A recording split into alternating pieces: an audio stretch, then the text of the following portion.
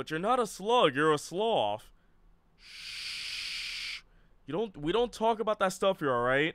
We don't talk about the slugs and the sloths here, alright? I know people talk about the bird and the bees, but we do not talk about the slugs and the sloths. That is something we clearly do not talk about. Alright, so what happened last time?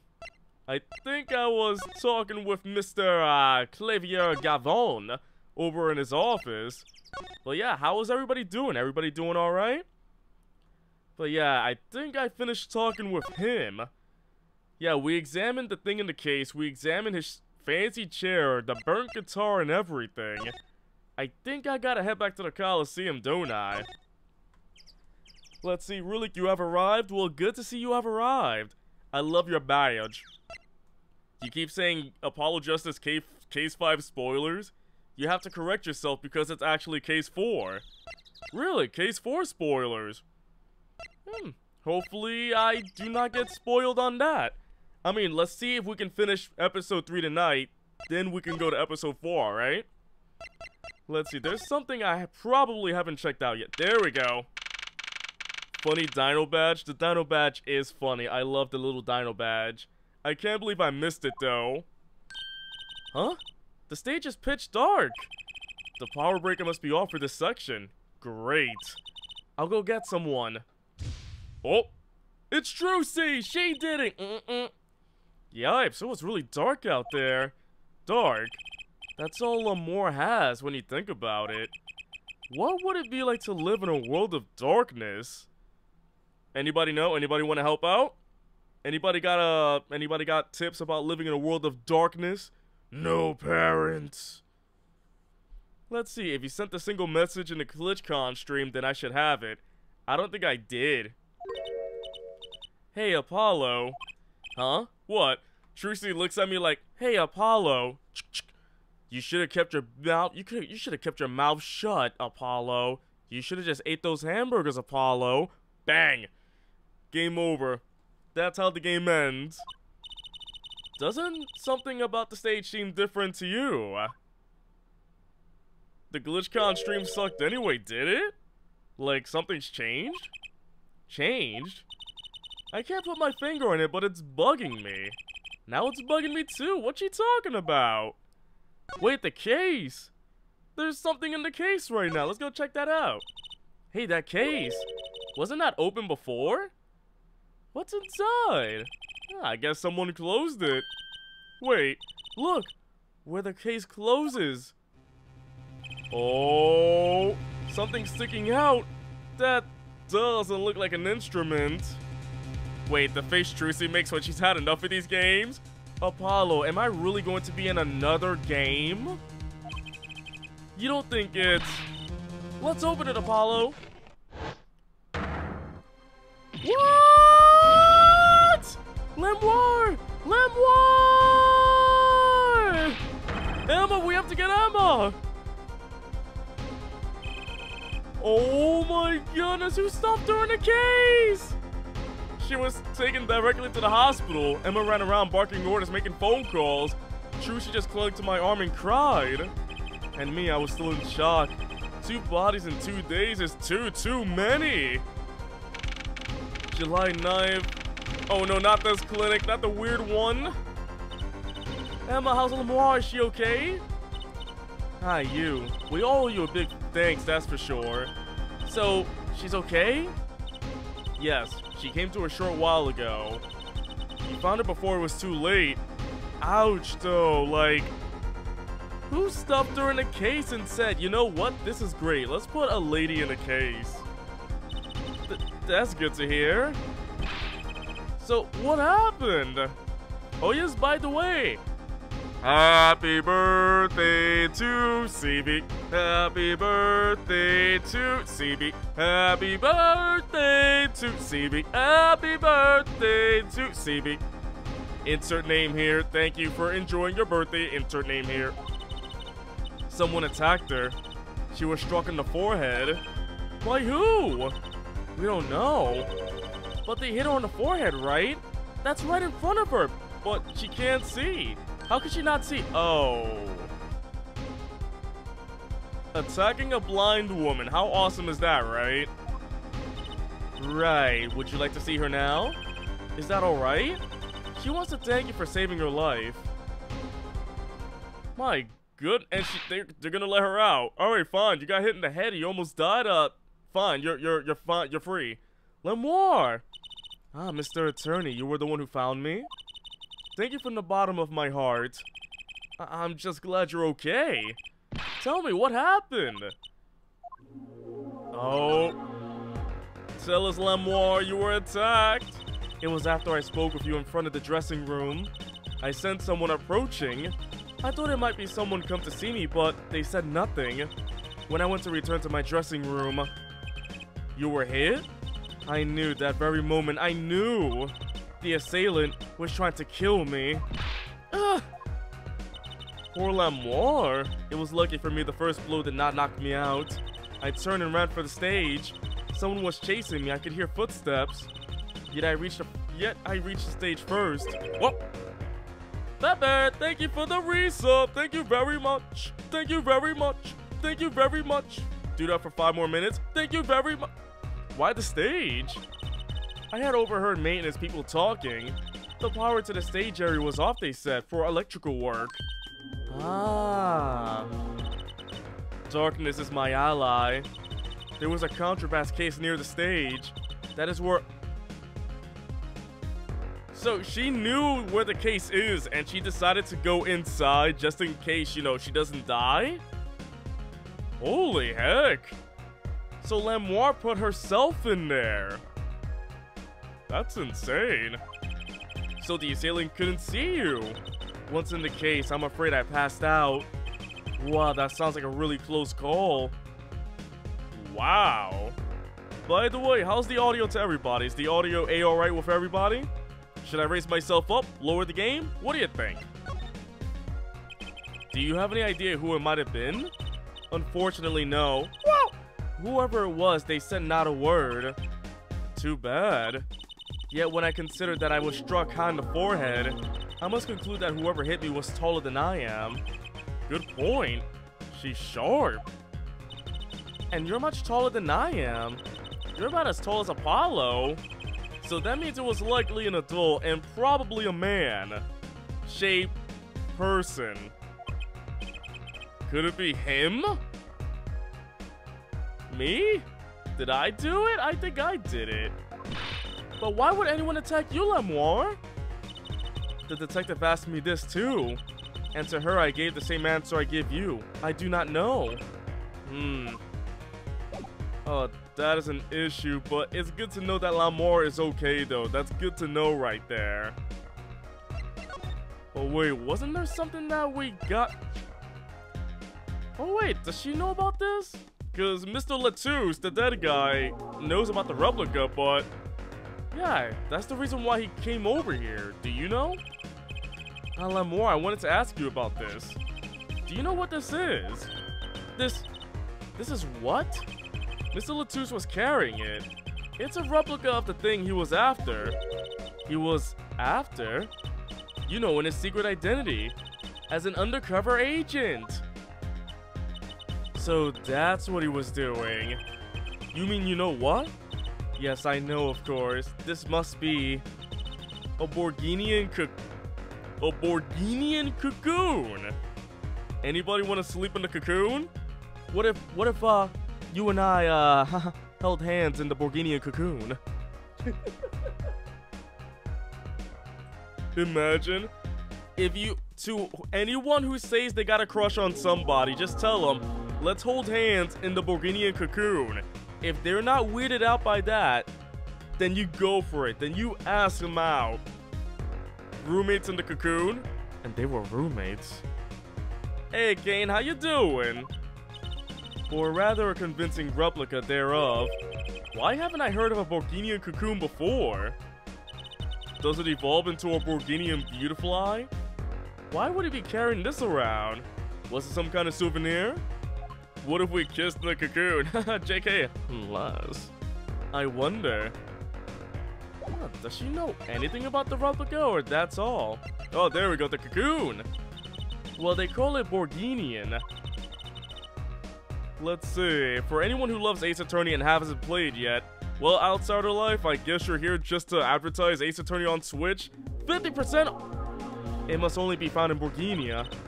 For certain, all in Borginia know of these. It's a cocoon, so do you get silk from it? I do not know the details, I'm sorry to say. I thought she said all in Borginia knew of these. There was one fact I do know about the cocoon, though. Something all in Borginia know. Wait, what's that? The cocoons, they are not to be taken out of the country. If someone does, and is caught, they will be put to death? Wow. Oh, you just wish that more people got into the fan base. Oh, Outsider, that's the reason why I want to play through the Ace Attorney series. I really want people to understand more of the game. I played through the trilogy. I'm playing through Apollo Justice. By the way, speaking of Ace Attorney, has anyone heard about the Capcom leak? And one of the leaks is that the Great Ace Attorney might get localized. Might. Do not hold hands in the Borginian cocoon. Dolus, do not tell me what to do. Am I for real? Check out the Capcom leak. There's a Capcom leak because they got hit by ransomware. So instead of paying off the millions of dollars to get that info, you know, not revealed, they didn't pay it, so the info is revealed live. There's a lot of info about future games, and one of them is the Great Ace Attorney 1 and 2 might put some, like, take this rumor with a grain of salt, might get localized on Switch and PS4. So it might happen. This is as close as we can get to getting those games localized over here through a leak. So maybe next year, we'll see. To death? Why? I do not know.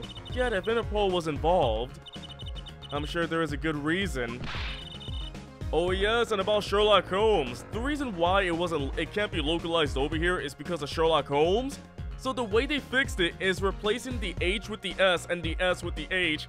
So instead of Sherlock Holmes, it's Herlock Sholmes. Isn't that fantastic or anything? You wouldn't support the probable translation because it'd be stealing the thunder from the fan translations. Capcom never announced anything. I feel like Capcom would announce that next year. Like, the only way we knew about it is through a leak, so it may or may not happen. It's a possible thing. Also, welcome, Outsider. I forgot to welcome you here. How you doing? But this is just a piece of plastic. He was carrying a replica, but looking for the real deal. That's my best guess. So that's what he was up to? Herlock Sholmes. If that is real, you're not getting the game. Oh, come on. It's just a himbo. It's a himbo version of Sherlock. Himbification. Tracking down Borginian cocoon smuggling. Smuggling. Smuggling. It seems I was marked. Marked? Life changed for me with the popularity of my songs. I began to travel around the world. Ah, so you could have brought those Borginian cocoons with you. On my trips, yes. That was probably the suspicion. And Mr. Lettuce was placed as an undercover agent to look into it. Borginia is a small, sheltered country. Not many of our people venture into the world outside. Is that why they suspected you? But Mr. Lettuce wasn't a Borginian, was he? He was an Interpol agent, which means... What, Apollo? There must be some reason why Borginia doesn't want those cocoons getting out. Something scary enough to get Interpol involved. Huh? Like what? How could such a tiny ball of thread cause such a commotion? Cocoon smuggling. And Mr. Lettuce had Lamoire marked. It couldn't be her. Huh? There's one other person I need to talk to. Thank you for talking to us, Lamoire. It was the least I could do. Actually, I have another request. If it is within my power, I need an interpreter. Someone who speaks Borginian. Apollo? Oh, I see now. We're gonna go talk to, Machi. Would you come with us if you're well enough? I see, yes. Yes, of course. I shall accompany you. Huh, where are we going? Come on, Tracy, we're about to get to the bottom of this. Oh, we're gonna talk to Machi Tabai. Let's see what happens. Machi, we came to talk to you about the case. Machi. Oh. Could you interpret for us, Lemoire? Yes. Machi, I'd like to talk to you about when we first met. When we still thought you were blind. Okay, they gotta speak in the language of the gods first. Now we know the truth. You can see, right? I was completely fooled myself. Machi, isn't there another secret you're hiding from us? Oh. Wait, Mr. Attorney? What do you mean by secret? What do I mean by secret? Well, maybe Machi's the one smuggling the cocoons. There we go. If I'm not mistaken, you know something about this, don't you? Hey, you got a reaction, a big one. Is this an EVA? Nathan, what the heck are you doing here? Go back to work. Machi, you didn't. Trucy and I are trained to see people's uncertainty. Not that we would have needed any training to see that one. Mr. Attorney, please tell me what this is all about. Oh, you don't work Saturdays.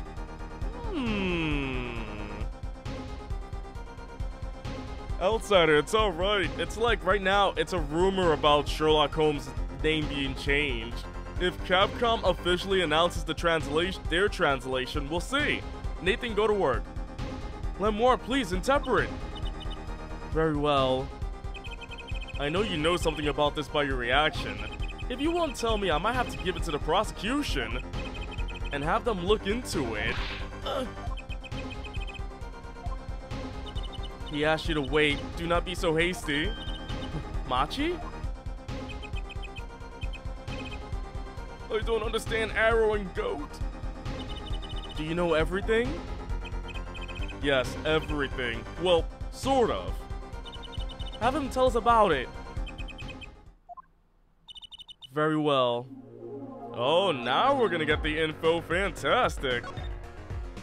Yes, Goat. The key to this puzzle. Goat. What is this cocoon anyway? The cocoon, the silk, is a potent cure. A cure? It must cure some disease. It's a cure for incuritis? The heck is incuritis? A cure for incuritis? So, it's a cure for something that sounds unincurable? But if it's a cure, why keep it in Borginia like that? A cure for the uncurable, yeah, exactly. Just think of all the lives they can save by sharing the medicine. Like a cure-all? You mean if we eat cocoons, we can save our lives? Alright, you heard the game. Go get your cocoons. I do not understand the reasons myself. Okay, well, at least we know what it is. A cure. And Mr. Latouche was after cocoon smugglers. Ah, yes, Panacea. By the way, Nathan, you ready for Overcooked coming soon? You ready to do that? Let's do that right now. Let's switch over. I'm done with this game. I kid.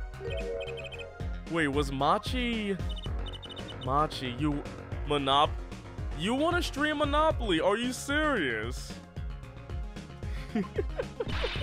He couldn't be a smuggler. He's so little. Well, you're only 15 and you're sort of a magician, aren't you? Well, that's true. I am sort of a magician. She said sort of. Oh, to have a copy of that security camera tape? Well, Machi, are you a smuggler? It doesn't cure everything, just a specific fictional disease called incuritis. Oh man, I got the can't stream anymore-itis. I can't stream. I need cocoons. Wait, what's going on? We're talking about eating cocoons. He won't tell me. First he plays blind, now he plays dumb. I wonder, do you think he brought a cocoon here to sell it to someone? If Machi really did bring one into the country, was he planning on making a deal for its sale? I can't go home. Can't go home? Oh, they might kill him back at the home country. I can't go home to Borginia. I do not want to go home. The penalty for taking a cocoon from Borginia is death. That's right, it's punishable by death. Oh, you heard Monopoly like you're planning on streaming a next game or something. No, Nathan's joking. We're not gonna stream Monopoly. Unless... we would never play Monopoly. JK, unless. About the case. What about the case? You wants to tell us about Mr. Latus's death? This meeting's over. Wait, who said that? Oh, Mr. Longhair. Darian? What do you mean? Visiting hours aren't over yet. There's a call from Machi from the Borginian embassy. This meeting is over. Sorry. Just give us 5 more minutes. We can call them back after that. Darian equals Nathan, what the heck? Pepper, you just got your 3DS back. Congrats on that. Go play your yokai. Sorry, no go. Come on, Piano Boy, we're leaving. Darian, wait! Can't Street Midas is caused by Mario Monopoly. Dang it, that's the wrong Monopoly! I never liked you. Either of you. Huh? He never liked us? Darn it, we were so close! He was about to tell us! Hey, Apollo. He didn't want us to hear what Machi had to say. Apollo! And there could be only one reason why. Why is everyone ignoring me? We need to play Mario Minecraft? Alright, Nathan, get your Wii U out then. Oh, sorry. This is it. I know who I'm after now. It all happens tomorrow in court! Alright. To be continued next time. Thanks for watching, everybody. I hope you enjoyed yourself. Bye! I'm kidding. Let's continue on. We're finishing this episode tonight. Let's continue on. Imagine I end the stream right here. Time for Monopoly. Smile. Many, many smiling. Well, this is it. Today's the day it all goes down. And then there was yesterday. Remember when this happened about 2 minutes ago? This meeting is over, sorry. Just give us 5 more minutes, we can call them back after that. Sorry, no go. Come on, Piano Boy, we're leaving. Darian, wait! I never liked you, either of you. Huh? Of course, let's see the whole cutscene again. Hey, Apollo, you didn't want us to hear what Machi had to say. Apollo, can you stop ignoring me? And I think I know why. Time to bring down a little justice. Oh. And somebody just got shot. Wait, why don't we have Phoenix Wright Monopoly right now? By the way, somebody got shot. He is heard but unseen. Wait, who's that talking? Oh, it's Yellow Man, Valant Grimoire! Using the door like an average muggle, no less. You aren't the witness today, are you, Uncle Valant? A preposterous proposition. How could I stand to stand upon the stand? Why, my secrets would be free for the plucking. I might even have to sign autographs. That is why I intend to remain hidden for the entire day. Ooh, with vanishing magic? Indeed, I will jump upon an express train and express myself to the next town over.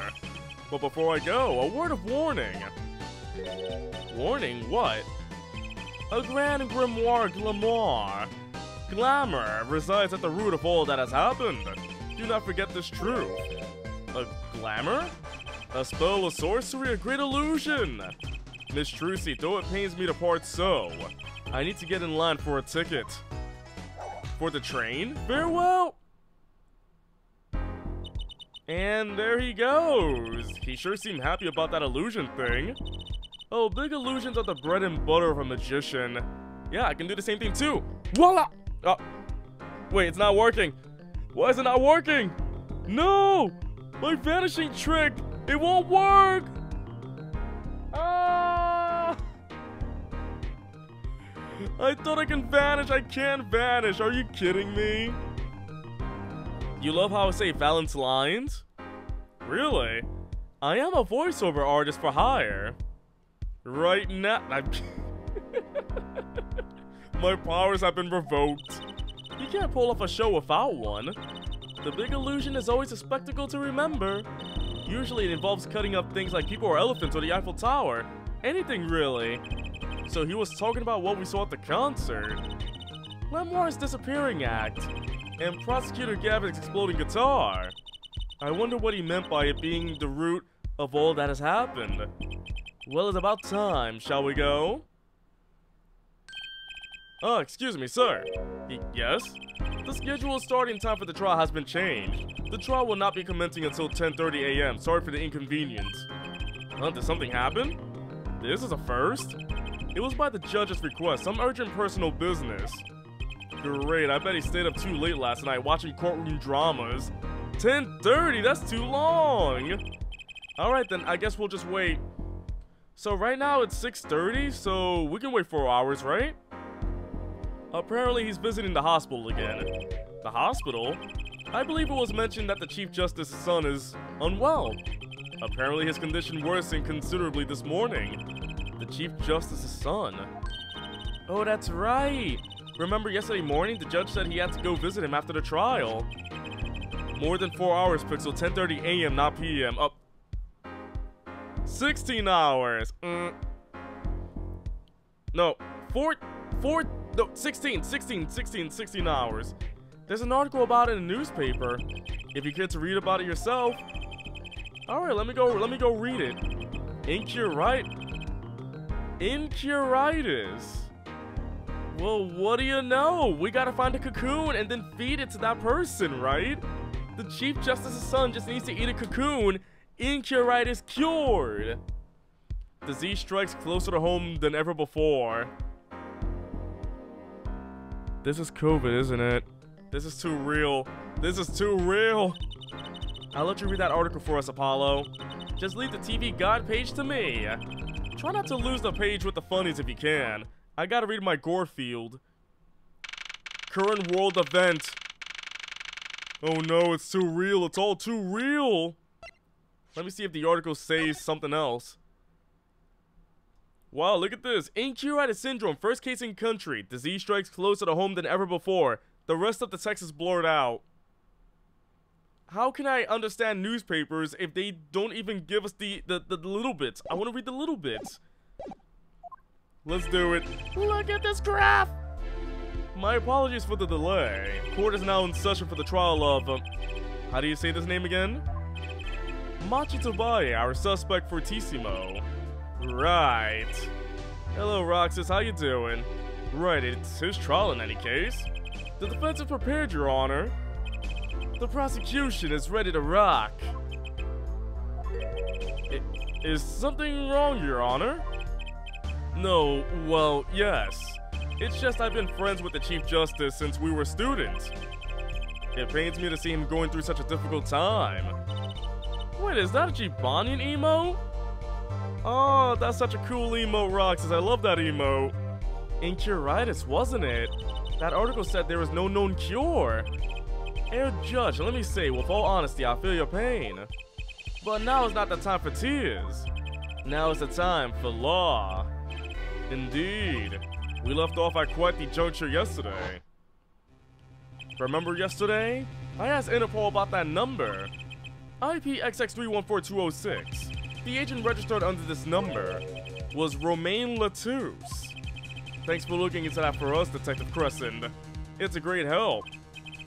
Oh, I'm sorry about the quality options. I guess I got unlucky again. Usually Twitch would have given me like options for quality, but if it's 1080 and that's it, then I'm sorry. Oh, no problem at all, Your Honor. I'll be heading out. And then Lemoire comes up and says, "That's the voice I heard. He's the moiterer." Should be 4K. You're right. We should have this 3DS screen upscale to 4K, Nathan. You're right. We'll get to see every single pixel there is. Wait, that voice just now. It was him. I'm sure of it. It was him? That voice I heard talking to Mr. Latouche when I heard the gunshots fired. You want to see every pixel? It's on brand. I get it. It was him. It was Mr. Dorian. No way. Quite a sensational ending. Who would have thought Darian would guest star on the season cliffhanger as a suspect? I asked the prosecution to look into this matter.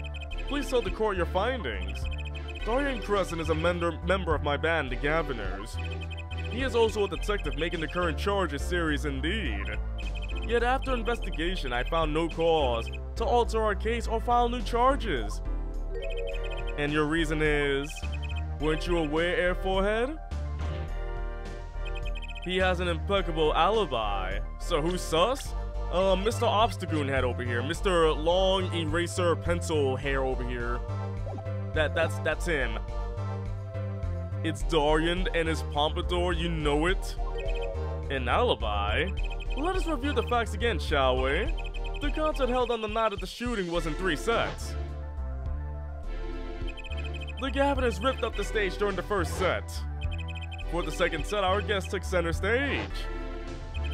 The only performers appearing were myself, Lamoire, and Machi, along with a drummer and bassist for a total of 5. The shooting in the dressing room, however, took place during the 3rd set. Lamoire and the defendant, Machi Tobaya, had left the stage at the point, and the Gaviners were already rocking. And he died. This is when 2 shots rang out at the scene of the crime. Shots heard by Detective Emma Sky, mind you. And Apollo. You heard them too, right? I sure did. Furthermore, Lamoire herself witnessed the moment of the crime. Well, perhaps I should say, she heard the moment of the crime, when she claims to have heard Mr. Latouche and Detective Crescent talking. But that's impossible. Crescent was... Precisely, Detective Crescent was on stage, getting his groove on, no less. Voila. A perfect alibi. Does the defense have anything to add to this? It's true, when I heard those gunshots, he must have been on stage. Still, there's something here that doesn't quite add up. It appears the defense has no objections. I believe we can safely say that Darian Crescent's alibi has been acknowledged. Which means that Lamoire was sadly mistaken. Her testimony cannot be true. Very well, of course. If we disregard her testimony, then I see no evidence keeping us from declaring a verdict. If indeed there are no objections. Oh, Apollo, if you declare a verdict now. But Gavin's case is airtight. Lamoire might have been lying to protect Machi. How can I rely on her testimony? Wait. Oh wait, let's see. Pixel, I just realized it took me 5 months to get my 3DS out because you wanted to get it out when we first met and you talked about Yokai Watch. Oh yeah, that long ago. Has it been 5 months? Wow. Wow. This year is almost over. Clivia says, next you'll say objection, right, Air Forehead? Yes, my forehead. It's written all over your forehead. About the case. What about the case? You want to tell us about Mr. Latouche's death? This meeting's over. Obstagoon. Darian? Machi was trying to tell us something, I know it. Maybe the best thing to do is ask him, under oath. Very well, the court finds the defendant, what's his name again? Oh! Your Honor! No, that wasn't it. It was something like Marquise or Mr. Justice? Your Honor, before you declare a verdict, I would like to call another witness. It was Red Herring? This is not a pup named Scooby-Doo, Kane, alright? Exactly who else do you need to hear from? A witness who, until now, has not been given a chance to speak in this court. Because he doesn't speak English. You don't mean? I do. The defense calls defendant Machi Tobaya to the stand. What? But he doesn't speak English. We'll use an interpreter. Interpreter? I'm afraid you'll have to look elsewhere. I only speak a few phrases such as, I love you and, where is the toilet? And, where is the library? Oh my goodness. What do you say, El Baño? The defense would like to request Lamoire as the interpreter. Lamoire? I know, isn't the toilet amazing? Let's all gossip about the but there's a possibility she's protecting the defendant. But she'd be interpreting for the defendant. Why would she lie? This is most unusual. Bravo, Air Forehead. Hey, Judge, the prosecution agrees with the defense's request. If L'Amour lies, I'll be able to tell. Even my limited knowledge of the language should be enough for that. Clavier's like, L'Amour, you didn't say toilet in any of your sentences. You are a liar. You did not once say toilet. Limited knowledge. I'm sorry. I'm still like really sluggish right now. My brain is still trying to wake up. Well, if both prosecution and defense are for this, I see a little cause for refusal. Finally, some progress. Bailiff, please show the defendant and L'Amour to the witness stand. Are they gonna show up? Oh, this is weird. I've never seen two people at the stand before. I suppose there is a first time for everything. Shall we proceed? Your name to begin with. If you will, L'Amour. Yes. Oh, they're talking to each other. Ah, he says Machi to buy the defendant. This is certainly a first for this courtroom. Not that we really needed an interpretation of that message in particular. So far, so good. Very well, Mr. Justice, if you would. Huh? If I would what, Your Honor? Would what? You called the defense to the stand, didn't you? What would you have him testify about? What do I want him to testify about? I hadn't thought that far yet. Let's see, Oh, the great Ace Attorney has multiple people at the witness stand a lot, really? That's cool. So hopefully when we get there, after many more games, we'll see. Apollo! Aren't you going to ask him what he was about to tell us yesterday? How can I if I don't know what he was saying? Excuse me a moment, if I might speak. Yes, L'Amour? Just now, Machi said there is something about which he wishes to testify. Machi wants to testify about something? What could it be? Buy my merch. That's what he said. That's what Machi said. Machi said buy my merch. What sort of testimony is he talking about? One moment, please. Blip, blip, blip, blip, blip. Machi. Ah, the suspense is killing me. What? What? What? What are they talking? Well, L'Amour? According to Machi, he has proof of his innocence. What? Oh, he wants to testify about the toilet and the library? No way. If he says toilet, we're gonna get guilty because he said toilet. This is a surprise. Yahoo! Victory, Apollo, we did it!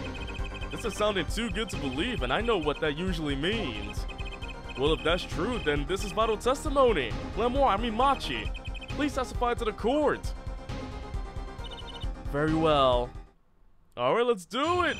Proof of innocence. By the way, here's my proof of innocence. I just finished watching Dragon Ball Super last night. I finished the end of the series, and man, it was great. Alright, back to the game. He says that word of Mr. Latus's death came as a great shock. But if the killing truly followed the lyrics of my song, could have not done it. He says that because the lyrics are in English, he does not understand them. You love the finale? I know, Dragon Ball Super had a great finale. The animation was mwah. I see. He wouldn't have understood the English lyrics to the song. That would prevent him from following them so closely. I wonder what he meant by proof. Why, he would only have to ask L'Amour to know the meaning of that song. Ooh, can you give us the last time on Pixel Ball Z? Last time on Pixel Ball Z, Pixel died. Will he survive? How can I survive? I died. L'Amour, did you ever explain the lyrics of that song to him? I did tell him generally what the song was about, but never in so much detail, and he never asked. Has my oft-repeated warning already fled that forehead? L'Amour might be protecting the witness. Well, anyway, let us proceed with the cross-examination. Mr. Justice, if you would. Yes, Your Honor. Something's hidden in that testimony, I know it. I'll just have to trust my bracelet, tell me where. It worked yesterday, it'll work today. Oh, I gotta use the bracelet now. Who's ready for bracelets? Who's ready for accessories? Fun, funky, and sensational. For now, I'll keep pressing until I get the right one. Were Machi and Mr. Latouche close? Yes, after we traveled around the world on tour together. Lamour, this is Machi's cross-examination, not yours. But I knew the answer. This is a court of law. We'll play by the book. I understand. When Gavin's tough, he's really tough. Machi says he was very good friends with Mr. Latouche. Mr. Latouche was always a gentleman, never angry. A gentleman. We got along quite well. Apollo chooses to use bracelet by wearing it like a crown. My head is throbbing. Just imagine that, like, if it vibrates and, like, squeezes his wrist every time. Imagine, like, you get a brain blast from that. Like, brain blast! Ah! I never dreamed something like this would happen. But if the killing truly followed the lyrics of my song... The guitar serenade, correct? Yes, the cry followed the lyrics of that song. The death of the keyring, the burning guitar, and the bullet. This is why it could not have been me. That is, he could not have done it. By could not have done it, you mean... Apollo throws the bracelet at the witness? It's throbbing! Here! It blows up. It is very simple. Machi could not have done all the things that happened that day. For all those things followed the song lyrics closely. But he says that because the lyrics are in English, he does not understand them. Wouldn't it be difficult for him to perform without knowing the meaning of the lyrics? Wait, he takes off the bracelet, puts it up to his eyes, zooms in super far like a super magnifying glass. He leaves his stand. He goes up to Machi and goes, "What are you doing?" "Focusing."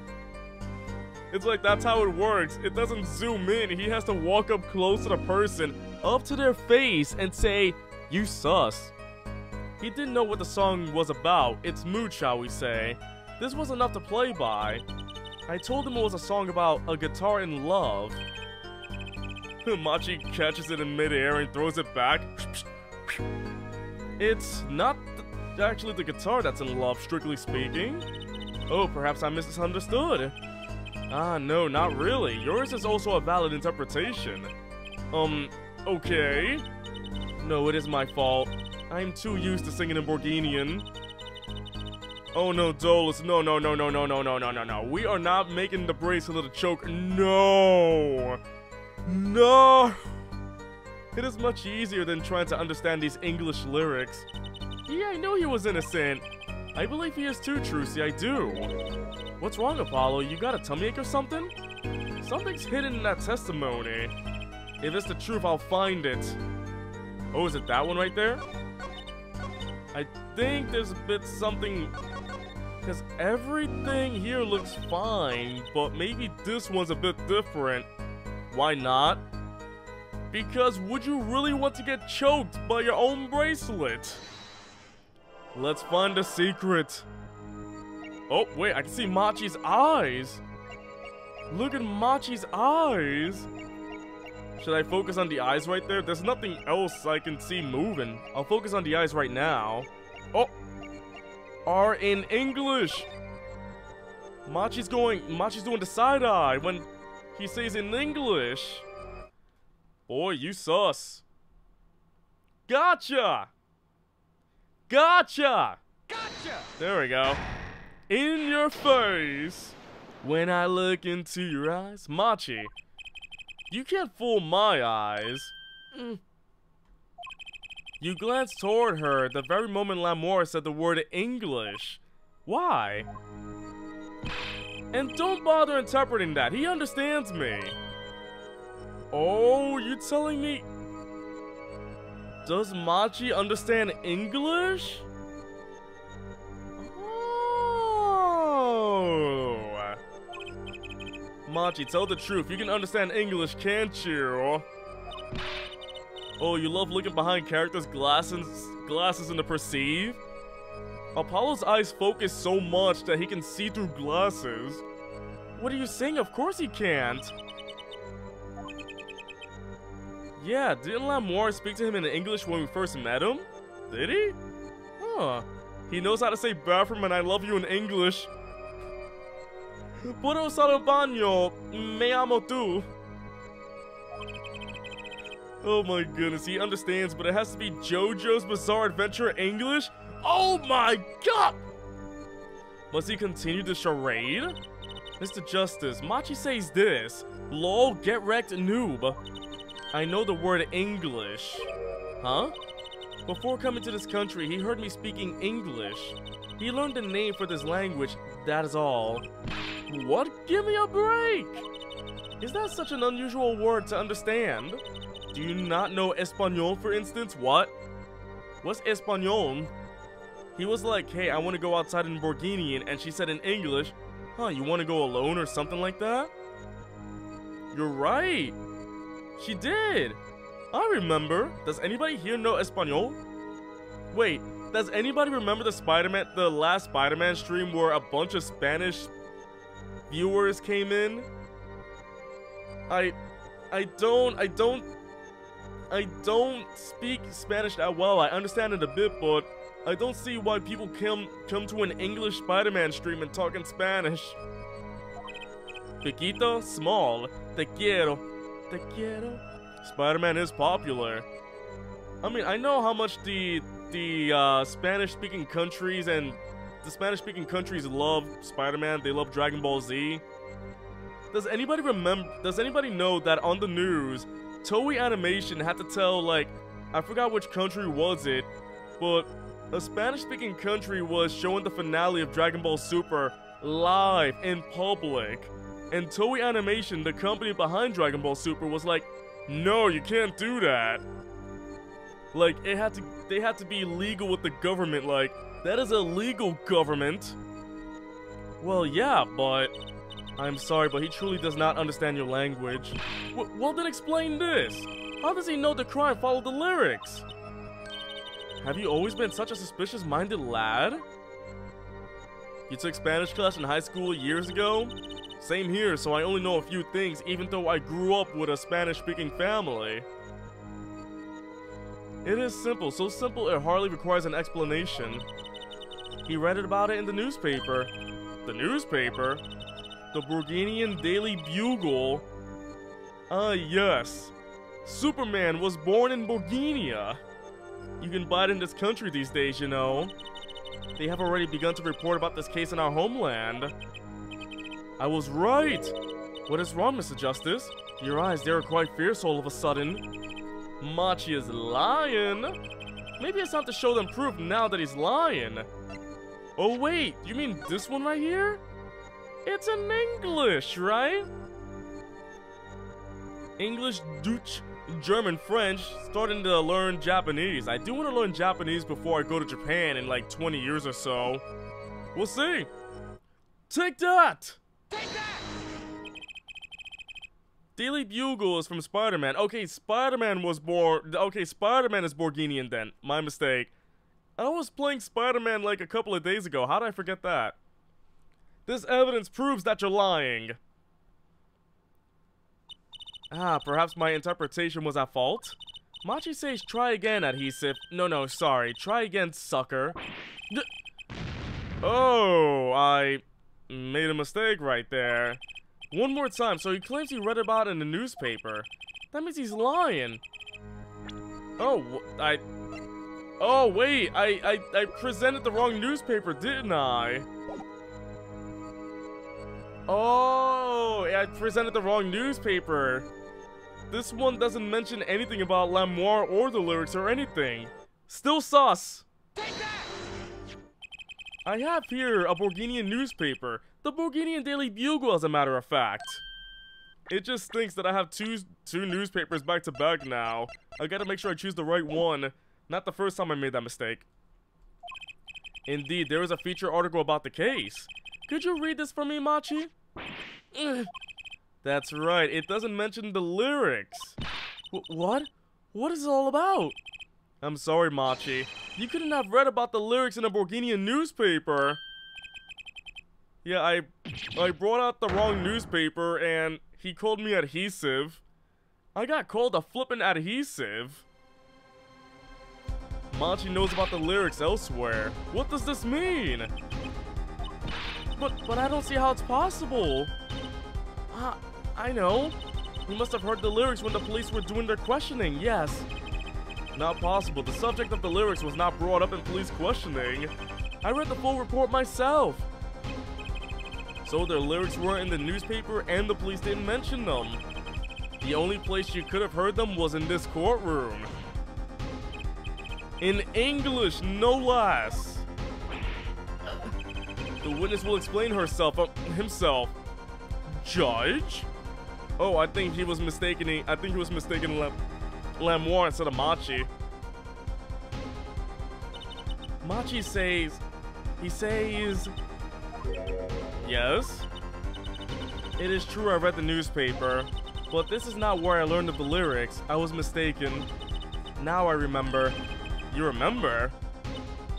He says he heard of the lyrics from me. What? Is this true, Lamoire? Yes, I'm afraid I have forgotten it myself. Then it looks like Air 4 has been jumping to conclusions again. It seems so, yes. No, you're protecting Machi. I was onto something, I know it. I can't let the chance slip away. Time is an issue today. Mr. Justice, are you finished with the cross-examination? Well, what are you going to do, Apollo? If I'm going to keep on cross-examining, I better have an angle of attack. Or else... Wait. My bracelet's still reacting. The blood flow to my hand is weak. Your Honor, please allow me to continue. If you must, you must. Very well, witness? I understand. It was I who explained that crime followed the song.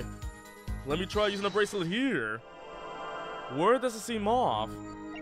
It was I, so I should focus on Lamoire. Oh wait, her throat? It was I who explained that... Oh... Her throat was going... She was swallowing like crazy at that first sentence. Gulp, gulp, gulp. Was it you that explained that? You acting mighty sus. Sus. Sus.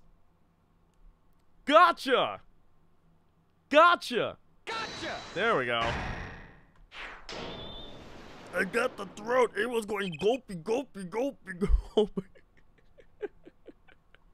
Lamoire, I'm currently cross-examining Machi. Goku, Goku! Why should you be uncertain? Don't worry, Apollo's bracelet doesn't squeeze enough to cut off his circulation. What about a ring? Me uncertain? Yes, you swallowed the very moment you told the court.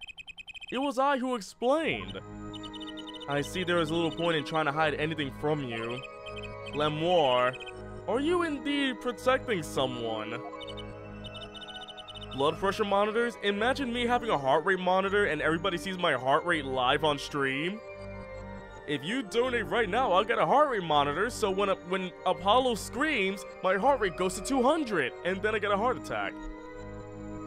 That is not a question with a simple answer. To tell the truth, I do not believe it myself. Then allow me to answer for you. Lamoire, you're protecting... I feel... You're protecting the dead guy! Machi Tobaye. Take that! Take that! Take that! Lamoire, you're protecting Machi. That's why you lied and told us you had explained how the crime followed the song. I don't fault you for trying to help, but this is not the way. Machi, I believe you didn't do it, really. I trust you. But you've lied to us twice, and now you have Lamoire lying on your behalf. If this is going to work, you have to trust me too. Your two lies cover a simple truth. You understand English? You have to! Imagine Machi just starts speaking Spanish. I think we got him. Ooh. Wait, is this true? Do you understand English? Yes, a little, only. We got him. What? First he could see, now he can talk. And you did not know about this Lamoire? No, I did not. It is quite a surprise. How many secrets is this witness hiding? This is last. Machi, could you tell us what really happened? No shooting. I did no shooting. So you weren't in the dressing room when I heard those 2 gunshots, correct? Apparently the answer to that question isn't simple either. I was in dressing room, behind desk, manager, or he on floor. Which would be after the shooting, right? Then there was voice. Voice or voices? Was it you and Emma, Apollo? So when Machi went into the dressing room, Mr. Latouche had already been shot. And then we came to the door. Panel high up, I take off. Run away, run away. Oh, Machi did vent. Machi vented, Machi vented, Machi vented. Hold on. I need to play this just this once. We just need to hear this. He saw us! He saw us! So it was you who escaped through that air vent. As the prosecution has held all along, no less. I should have that as a soundboard thing. I probably should. I'll type that down. Eat the button sound effects soundboard. Okay, got it. The defendant has admitted to being at the scene. Might we take this as a confession? Objection! Confession? No, objection! No, he clearly denied that he did it. Do you not know what a defendant is? He's been sus this whole case? Hey, but we do not know the true sus until they actually vented. We're playing Among Us here. We're not playing Apollo Justice, we're playing Among Us. I know shooting, manager on floor. Already on floor? The victim had already been shot, you say? I find that hard to believe. The defendant understood the song lyrics. He was at the scene of the crime. This can only mean one thing. He is the shooter! Does the defendant have anything to say to this? He's clammed up, Apollo. Then let's ask Mr. Justice. Will you require any further testimony from the witness? Is that it? Is there nothing else I can get him to testify about? Wait. No, of course there is. What is this cocoon anyway? Long arm clavier. The cocoon, the silk, is a potent cure. A cure? Well, Machi, are you a smuggler?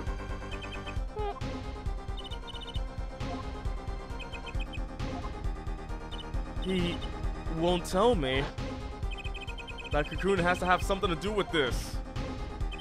Machi, please tell us the truth for your own sake. No more speak. Not to any of you. So much for your precious trust there, Forehead. Hey, you were the one who didn't believe him. Regardless, this brings us to an impasse. It does seem that the defense and defendant are at odds. I doubt we are likely to learn anything more of value should this continue.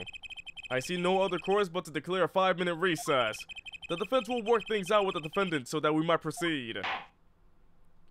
This case is getting crazy. Hope everybody's doing alright so far. Let's continue on. Apollo Eustace? Oh, my favorite video game, Apollo Eustace. Eustace?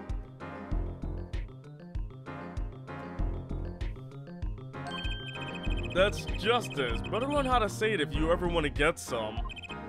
Believe, I know shooting. Machi claims Mr. Latouche was already down on the ground when he entered the room. Maybe it was a trap and he walked right into it?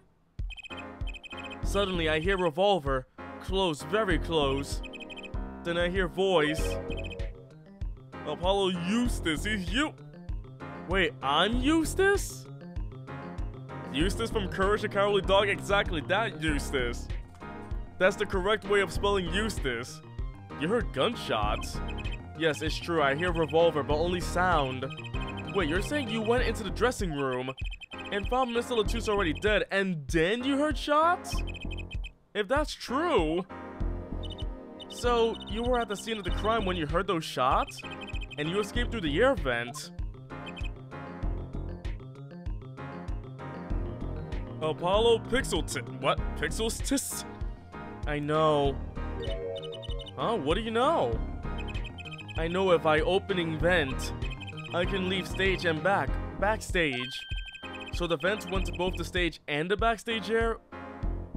Huh. Is that what he means? Hey, he's right. Look, Apollo. Oh, yeah. Look, they just added the vents. But how did you know it was connected like that? Wait, I bet his father was the architect that designed the hall or something.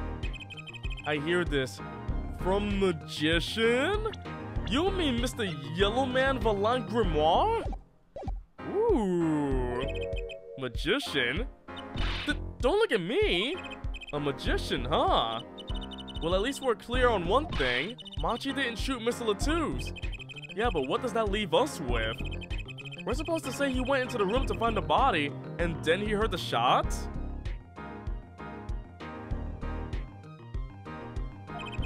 That one's going to go over well in court. Not.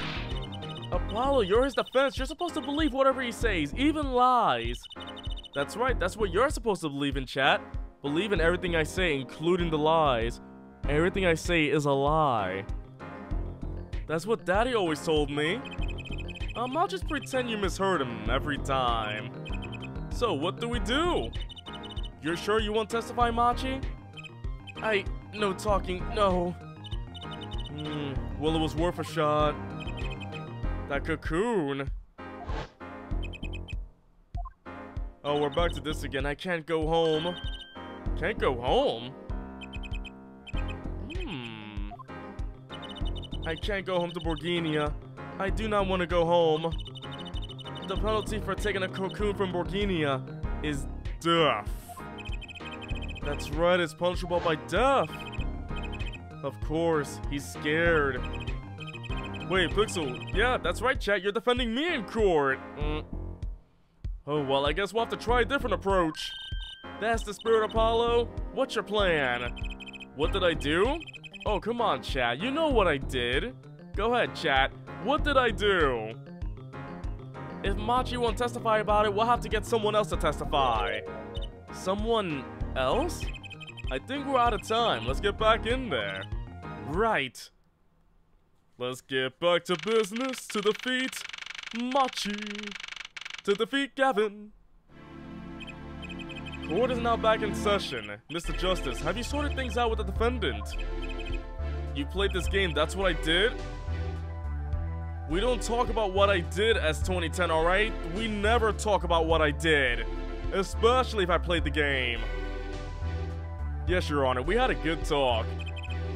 Very well, so will he testify? Your Honor, the defendant will not testify. Nani? Shame, and here I thought this was your big chance to turn this case around. Actually, it is. The defense would like to approach this case from a different angle, Your Honor. A different angle? If Machi won't testify, then I know who will. I would like to cross-examine the witness in this case, Lemoire. Lemoire? Objection! What are you up to now? I thought we determined yesterday that Lemoire's testimony was insubstantial. There's nothing you can't... Lemoire was taken to the hospital yesterday with injuries. What happened? She was assaulted, Your Honor. Assaulted? Someone wanted Lemoire dead. Thankfully, she was able to save herself. What? I've heard no such report. Prosecutor Gavin. Why would anyone be out to kill Lemoire? Can you think of a reason? Well, think of how she is known in our country. A singer from overseas who doesn't speak English, yes? Yet someone tried to keep her mouth shut. Who could that have been? You don't think... I do. It was the same person who shot Mr. Latouche. The killer was afraid of her, afraid of what she might say. The defense believes that something was hidden in her testimony yesterday. Something that the killer does not want getting out. So am I to understand that this is what you are saying? Namely, that there is a nugget of truth in Lamoire's testimony. A nugget we have yet to uncover? Exactly. If Lamoire was attacked, this has serious implications. Very well. There were some vague points in her testimony during yesterday's trial. Perhaps we did not inquire as deeply as we might have into some. The court will hear Lamoire's testimony once more. There's the beautiful lady. Lamoire, I must apologize. We must ask you to stand again and speak. You need not apologize. I know that Machi is innocent, and I will do all I can until the court realizes this. Let's review your testimony from yesterday. You told us you heard 2 gunshots and the shooter's voice through the window, and that the voice belonged to Darian Crescent, yes? That is correct. At which point I proved she could not be correct. She couldn't have heard any of those things. The small window at the scene was closed and was found to be quite soundproof. You have nothing to say to that, Mr. Justice? I don't know exactly what yet, but I do know there's something there. There is, it seems, much you do not know. And yet it is my duty to hear him out. Perhaps the witness will be so kind as to testify once more to the court? Of course, Your Honor. Let's see how this case goes. Let's see what she heard. I was on my way from the stage to the backstage exit. That's when I heard them, Mr. Latouche and the detective. I heard the faint sound of a gunshot and stopped. Then I heard another gunshot. There was the smell of gunpowder. I knew I must tell someone, but I was in a hurry, so I kept moving past the small window. I gotta tell somebody, but I gotta sing. Pretty much the same as yesterday's testimony. I'm sorry. I am not used to speaking much in this language. Perhaps my descriptions are lacking in some way. Yet everything I have said here is the truth. Then it is my distinct displeasure to say this. What you have said to have happened is impossible. Do I have to repeat myself? Lamoire was attacked because of this testimony. What? Shruti? Apollo, you know, for a moment there, you were pretty cool.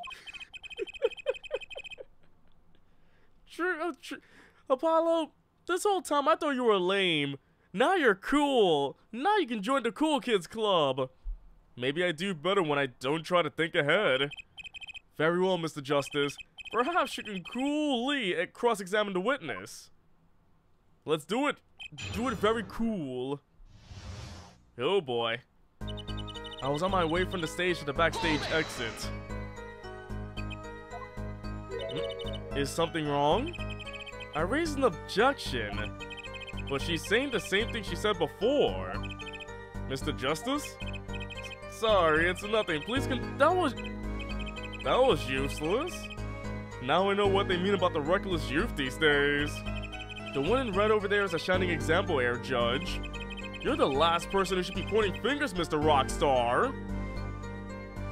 Although I think it's because of your forehead. Apollo do be foreheading. Darian Crescent. I did not know his name at the time, but yes, it was him, the one who took the stand yesterday. How many times do I need to remind you that's impossible? There is no way you could have heard him. Because the window at the scene was closed? Is that why? Of course. Apollo, if we keep asking the same questions as yesterday, we won't get anywhere. She's right. Maybe there's a different angle I can try. Oh, what were they talking about? Lamoire, do you by any chance remember what they were saying to each other? If so, please tell us. I have given him much reflection, but I was afraid of this. She doesn't remember. I only heard one phrase clearly. A whole phrase? You remember something that was said? You mean your brain worked? Why didn't you say anything yesterday? Though my memory is clear, I was afraid to speak. You see, I do not understand what was said. This could be it, the clue I've been waiting for. What did he say? It was the other man speaking, not Mr. Latouche. The shooter then. Dorian Crescent. Well, what did he say? It's over. Press the switch now. The switch? And the shooter said this to the victim, Mr. Latouche? I thought it quite strange myself afterward. Oh, it is a mystery. What could it possibly mean? Mr. Justice, care to shed some light on this? I mean, sure. I'd be delighted. It's very vital. Maybe we can add that to the testimony. Maybe, Apollo? From the small window, I heard a voice say, press the... Wait a minute. You mean the igniter? Oh, we got you now. Objection! Wait. Oh, not the... Dang it, that didn't... I thought I had it. Oh, I got that one wrong then. Whoops. I thought that was it. I thought that was it right there. Press the switch now. Okay, fine, I'll press it. And it was Detective Dorian Crescent's voice? Yes, I'm sure of it. It's over. Press the switch. Why would he say that to Mr. Latouche? Apollo, the murder weapon, the revolver was Mr. Latouche's, right? Yeah, what of it? Well, maybe when he said press the switch, he really meant to say pull the trigger, because his English isn't so good. Dorian Crescent is a native speaker. Oh, right. Sorry, I kind of forgot what was what. Oh, wait a second. Wait a second, I probably presented the wrong thing. I was on the right track, but it was the wrong thing. There was a nut. Maybe it's the remote. Maybe this is the Switch. Nintendo Switch. Objection! There we go. We found it. Press the switch. There's only one key that can unlock the mystery of those words. Oh? Yet there was nothing at the scene that could be called a switch, save the lights. True, there wasn't a switch at the scene. But it just so happens, I have a switch right here. I have a switch right here. That certainly does look like a switch, doesn't it? The problem is, this was found not at the scene of the crime, but on the stage. The stage? Where the concert was held, yes. This was found hidden there. On the stage. Are you claiming that the voice Lamoire heard was of someone commanding another to press the switch? It's a possibility. I think we're getting there. Oh, Air Forehead, I called that an impossibility. Why? It's hardly necessary for me to remind the court of the layout of the concert forum. The stage is quite far from Lamoire's dressing room. Not to mention that the Governors were in the middle of a concert on said stage. We are known for being a quiet band. You could shout all you wanted and not be heard. The detective's voice was loud, but certainly not a shout.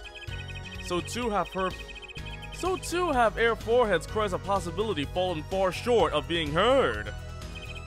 Sorry, but he wouldn't have needed to shout. Excuse me? You heard what I said, or do you need me to shout it out for you? It would have been quite simple to be heard on the stage from that dressing room. Oh wait, you like evidence, don't you? How about this? Using this, it will be easy to get a message of someone to the stage from the dressing room. Oh, headset. Headset. Headset. Take that! Prosecutor Gavin, perhaps you're familiar with this. Why, that's... What is it? Is that some kind of newfangled phone they invented while I wasn't looking? No, Judge. This is a type of transmitter, a communications device. Communications device? Ear? From what I've heard that night, everyone on stage was wearing one of these. Isn't that right, Gavin? Yes, actually, they're for talking between band members. We all had one on. So you admit that if you were wearing one of these, talking from the backstage to the stage would be simple. Objection!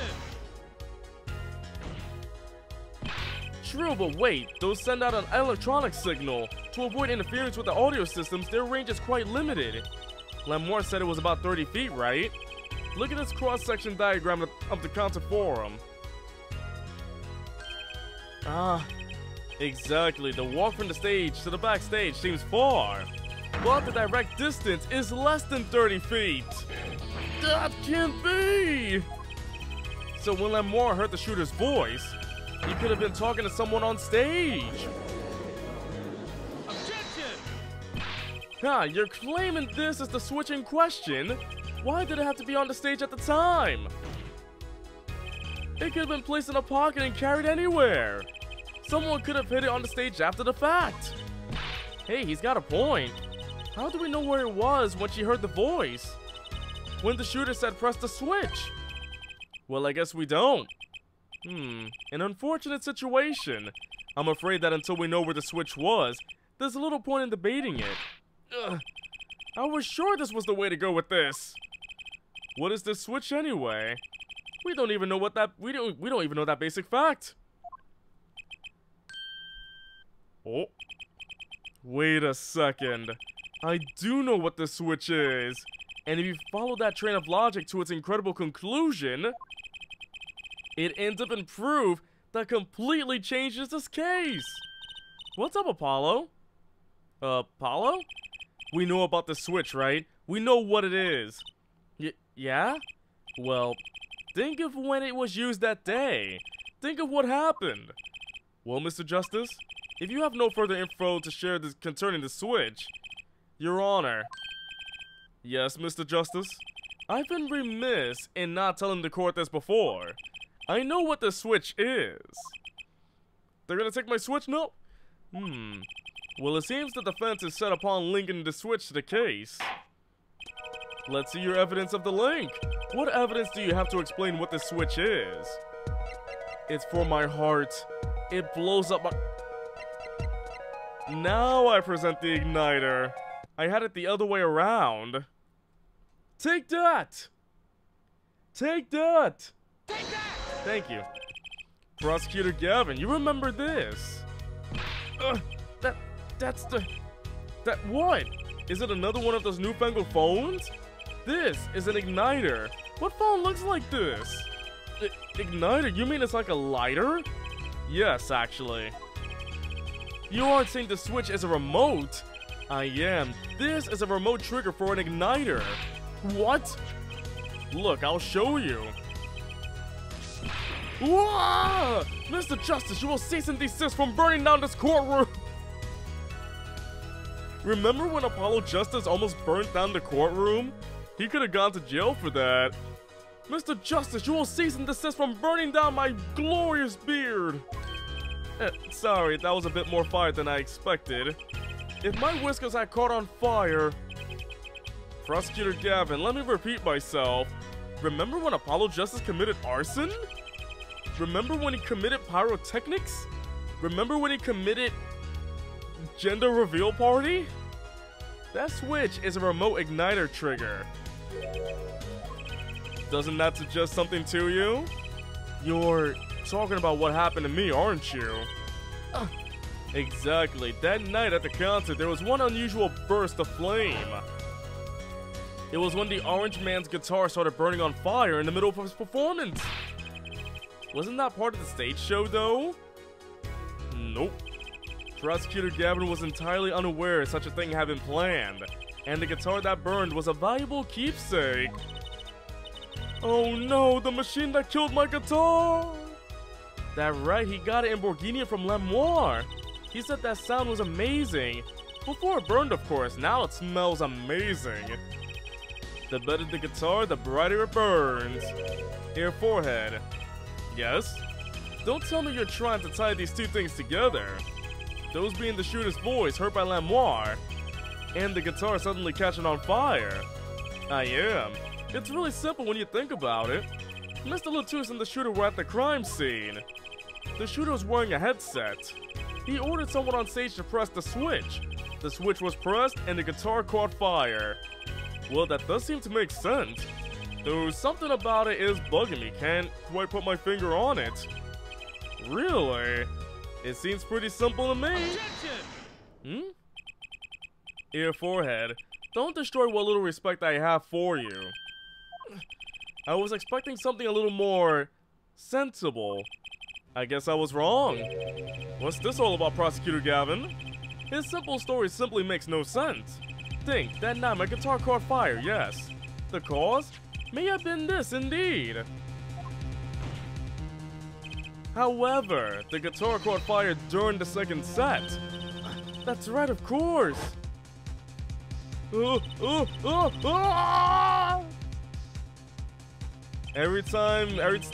how many times are we gonna see his guitar catch on fire? Like, how many times are we gonna see that? It's been so many times since we've seen that guitar catch fire and burn him. Indeed, yet the shooting happened during the third set. The two are utterly unrelated. Yes, that must have been what was bugging me. The whole premise for this is faulty. Orange Gavin, Orange Gavin. Who here loves Orange Gavin? See, his story makes no sense. Are you sure about that? What exactly do you mean, Mr. Justice? Maybe it's not the premise for my explanation of the switch that's at fault. Maybe it's our premise for the entire case so far. What premise is this specifically? I'm glad you asked. I'm saying that maybe the killing didn't take place in the third act. Objection! Oh, here we go, music! What's this? But Emma Sky heard shots and found the body. All of this happened in the third act. Gunshots rang out. And according to his testimony, Machi was in that dressing room at the time. Where are you going with this, Mr. Justice? Stay with me, Your Honor. He also told us this in his testimony, namely that the victim had already been shot. We all heard gunshots, but no one saw the shooting. This is insane. Just before the shooting took place, the shooter was heard on his headset, telling someone to press the switch. The next moment, Prosecutor Gavin's guitar burst into flame.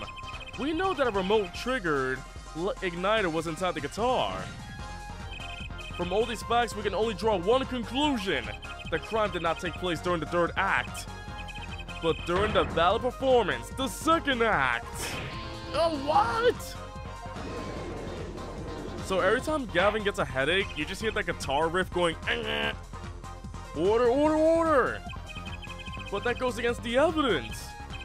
What does, Your Honor? This crime was carried out according to the lyrics of that song, yes? Hey, he's right, look! The bullet is supposed to come after the fire. You're thinking about it the wrong way. Huh? Look, why would the shooter craft the events of the day to follow the lyrics anyway? It's an awful lot of trouble to go through, with little merit for the person doing it. Well, I'm sure whoever it was had some reason. Yes, they did. A reason that made it advantageous to follow the lyrics. You're saying the order was reversed on purpose? Reverse, Prosecutor Gavin? If the criminal followed the lyrics strictly, then yes. The shooting would have had to come after the guitar burst into flame. Yet, Air Forehead has raised another possibility. He's claiming that the bullet came not after, but just before the fire. Couldn't have put it better myself. We were only meant to think that the shooting came after the guitar burst into flame. That was the criminal's objective. The crime followed the lyrics to a point, but that was just a ruse. Why else would the killer risk discovery by moving the body?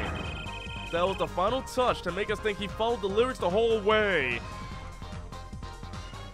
Why is this so complex? This plan is so complex. Like, yes, and now when I put these bodies up here, they'll find out it's with the lyrics and I'll get off scot-free.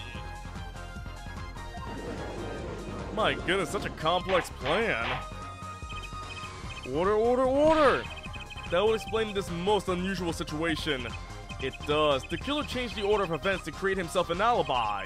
In other words, the killer was someone who had an alibi for the third set, but not the second. Objection! He stopped the music. I was hoping it wouldn't come to this, but sadly it has.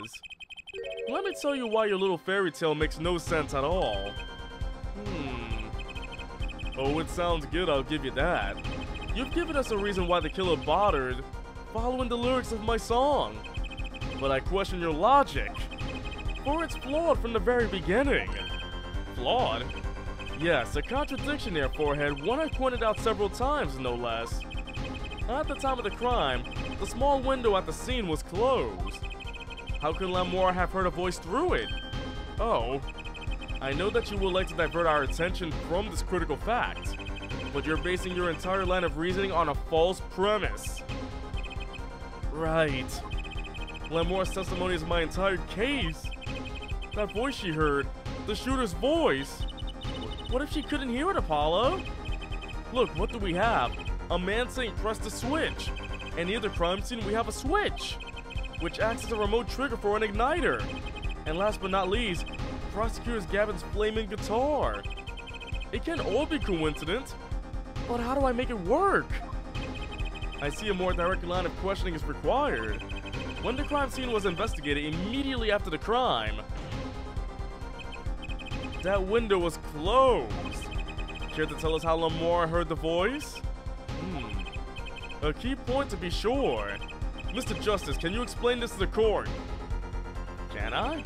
Okay, Justice, you've got one thing to prove and one thing only. Lamour heard a voice, and she heard it during the second set. Think, how was Lamour able to hear the voice? She has divine hearing.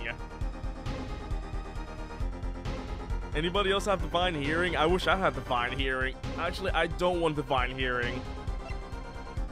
She's a divine beast. She was somewhere else. Window was open. Divine hearing. I want to choose divine hearing. The window was closed, as you say, yet Lamour can still hear the voice. Because she has the power of divine hearing. That's the only explanation.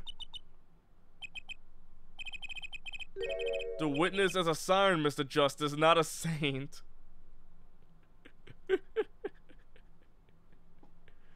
Oh, goodness. With divine hearing, you'll be able to hear Pomp and Dana call each other honey. I said hearing, Your Honor, not healing. Well, that fell on deaf ears. I'm not sure I know what this divine hearing ability is. Then perhaps we should hear it straight from the all-powerful voice himself. Care to explain how clairaudience has anything to do with this case? Can we just move on now? Only if you can enlighten this court. Time to rethink this. I'll never tell anybody about that. Okay, she heard a voice, and she heard it during the second set. I'm gonna guess the window was open. Obviously, the window was open. It had to be for her to hear the voice. Objection! News bulletin here, Forehead. That horse is dead. Stop beating it for all our sake. No, not the horse. Anything but the horse. That window was closed. This is a hard fact reported by the investigation team. But... Oh, you have evidence to the contrary, perhaps? Well, no, but... Then do be quiet. I'm tired of the charade. Time to rethink this. I only got one option left.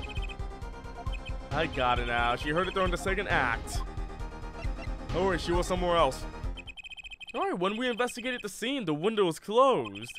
The shooter had no reason to close it had it been open. Meaning it was impossible to hear the voice through that window. It's good to hear you making sense again. For a moment, I was afraid you might be a Borginian too. And what's wrong with being a Borginian? As I was saying, Lamour could not hear the voice through that window.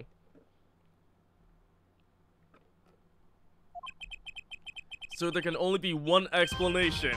She heard the voice from another location entirely. Borginian Rhapsody? I love that. What's this? You do amuse me so. And here I thought you and good sense were back on speaking terms. Ouch. Now I'm afraid you and Sense speak two entirely different languages. Spanish and French. Shall I interpret for you, Air Forehead? Lamour clearly stated she heard the voice through that small window. And there was only one small window at the scene. Wait a minute. Is Apollo thinking what I think he's thinking? Are you sure? Think about it. Isn't there another small window at the scene? There is? I know that look. He wants us to ask him. Very well. You claim Lamour heard the voice from another location? Mr. Justice, show us where this location was. Lamour heard the voice from here. So if it can't be the small... Oh, wait, can I go over? A small window. Are you telling me she... Wait. The present icon is blocking my pointer.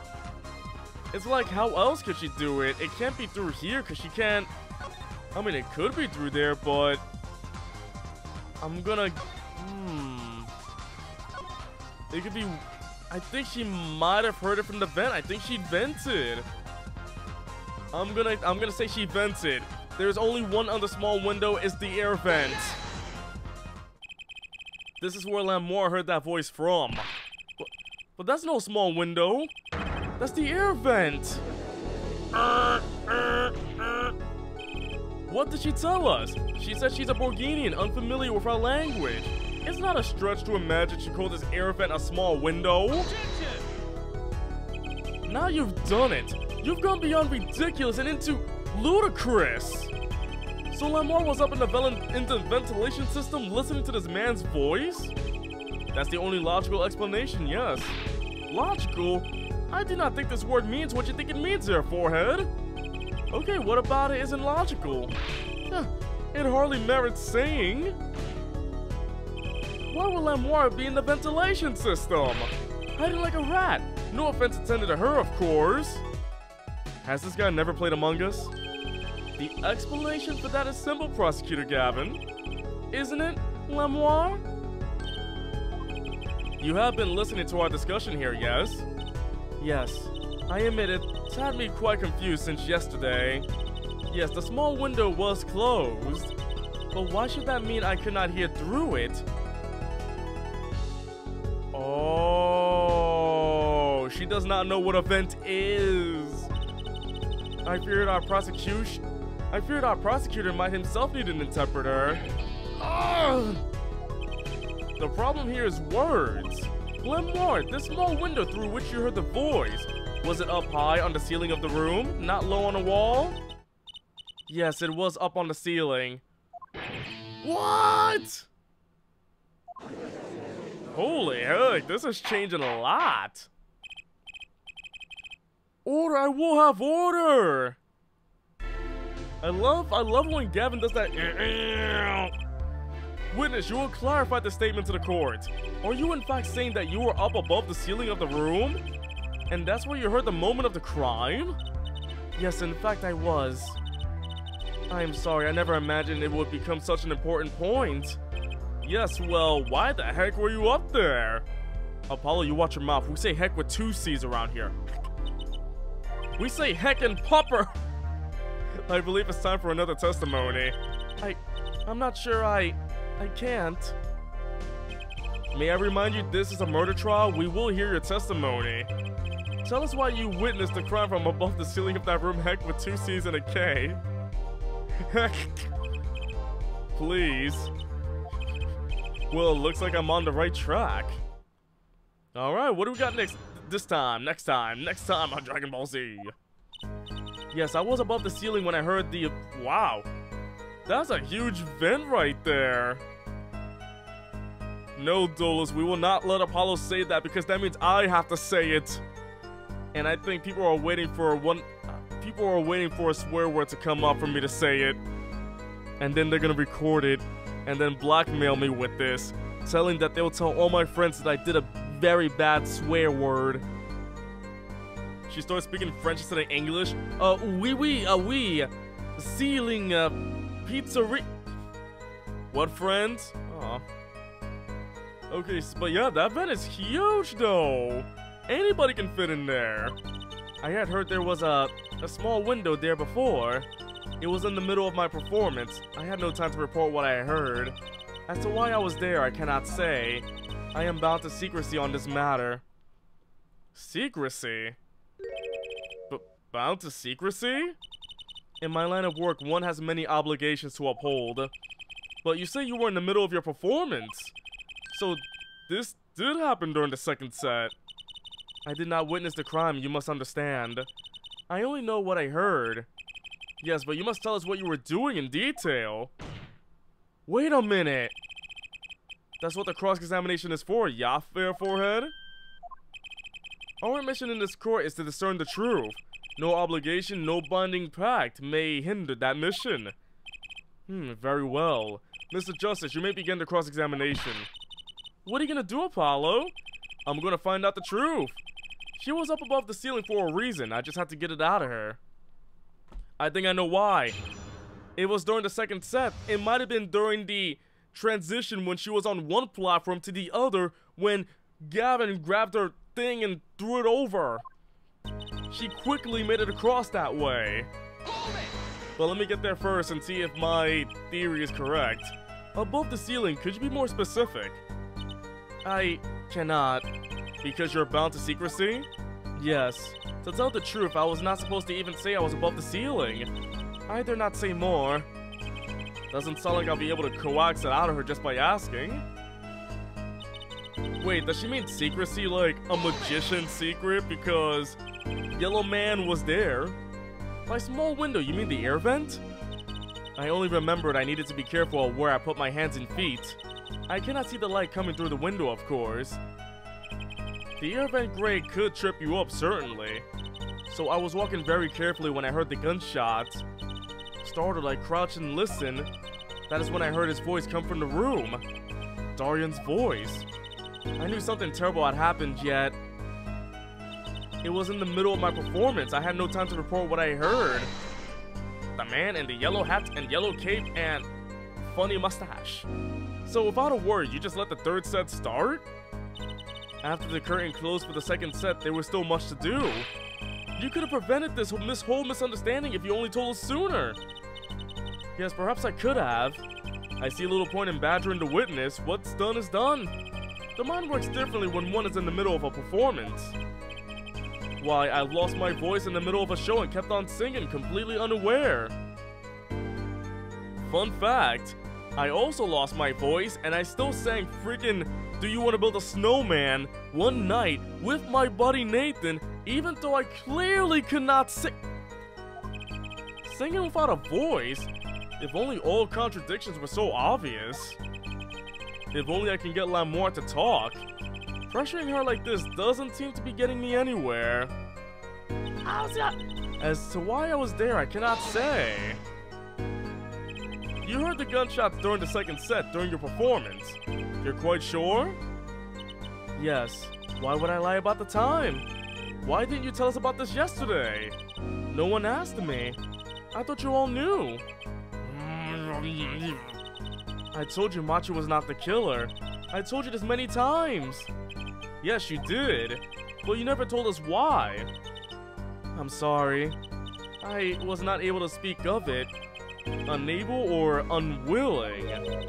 She's not talking, Apollo. What do we do? We'll just have to prove it ourselves. As long as she's bound by this pact of silence, she won't talk. You have a shirt that's called the Ace Attorney like Elsa shirt? What is that supposed to be a reference to? I think I got it. She was singing on the stage, but then she disappeared though. She could. I got the proof. I think I got it now. I got it. She's bound to secrecy? Oh, really now? It was during this video top A. Objection! Oh, wait. It didn't work there? Oh, wait, maybe it was the secrecy. Oh, if it's not there, I know I got it, though. Oh, I think I did it again with the wrong part. I believe the videotape is right because in the middle of it, it's like, it happened. Objection! There we go. I'm always getting these things wrong. Oh, I haven't played Spirit of Justice, so I really don't know this character, Nahuya. Lamour, truth be told, the reason for your presence above that ceiling is quite clear. Especially when you consider what happened during your performance. What happened? Yes, it's all right here on this video. Orange man, orange Gavin. And now through the air I fly.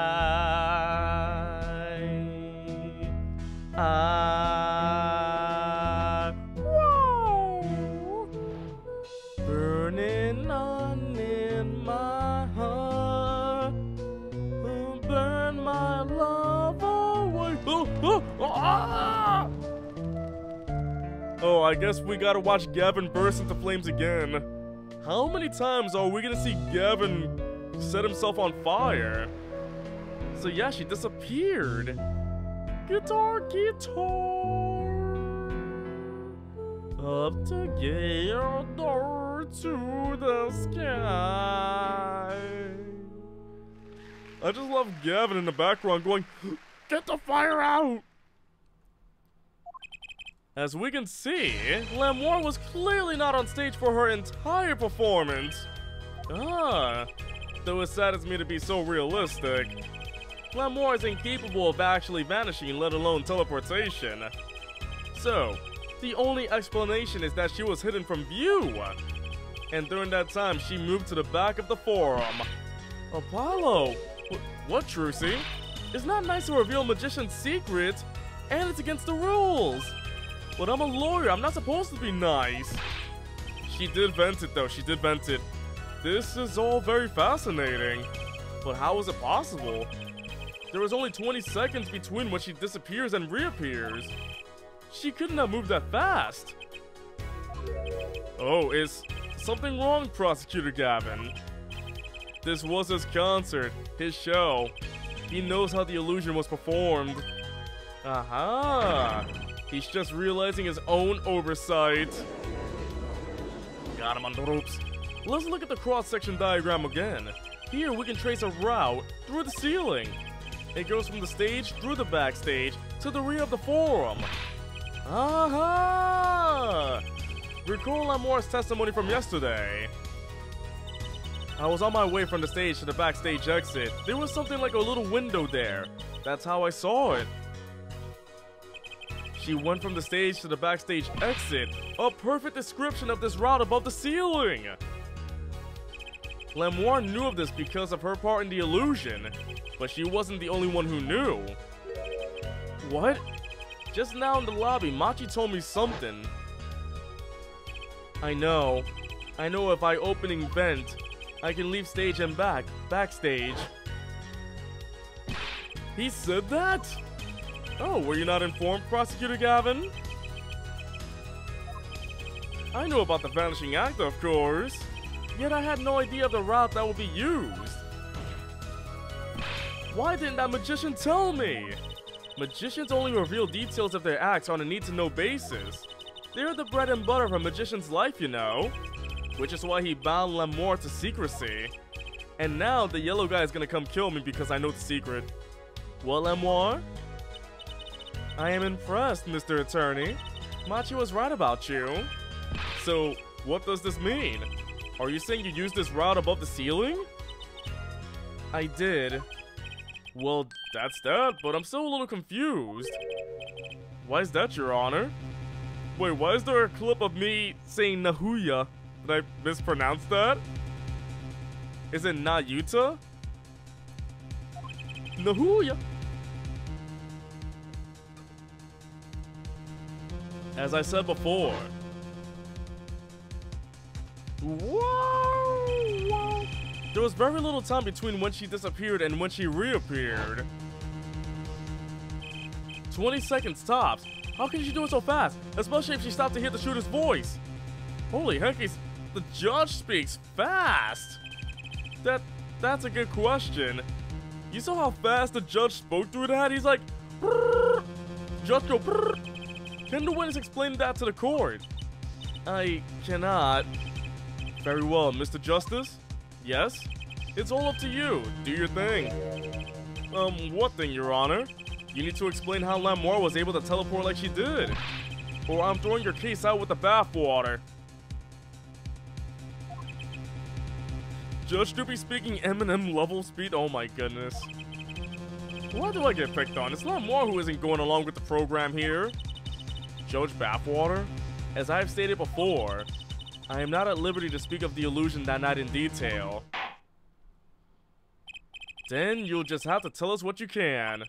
We'll hear your testimony on this.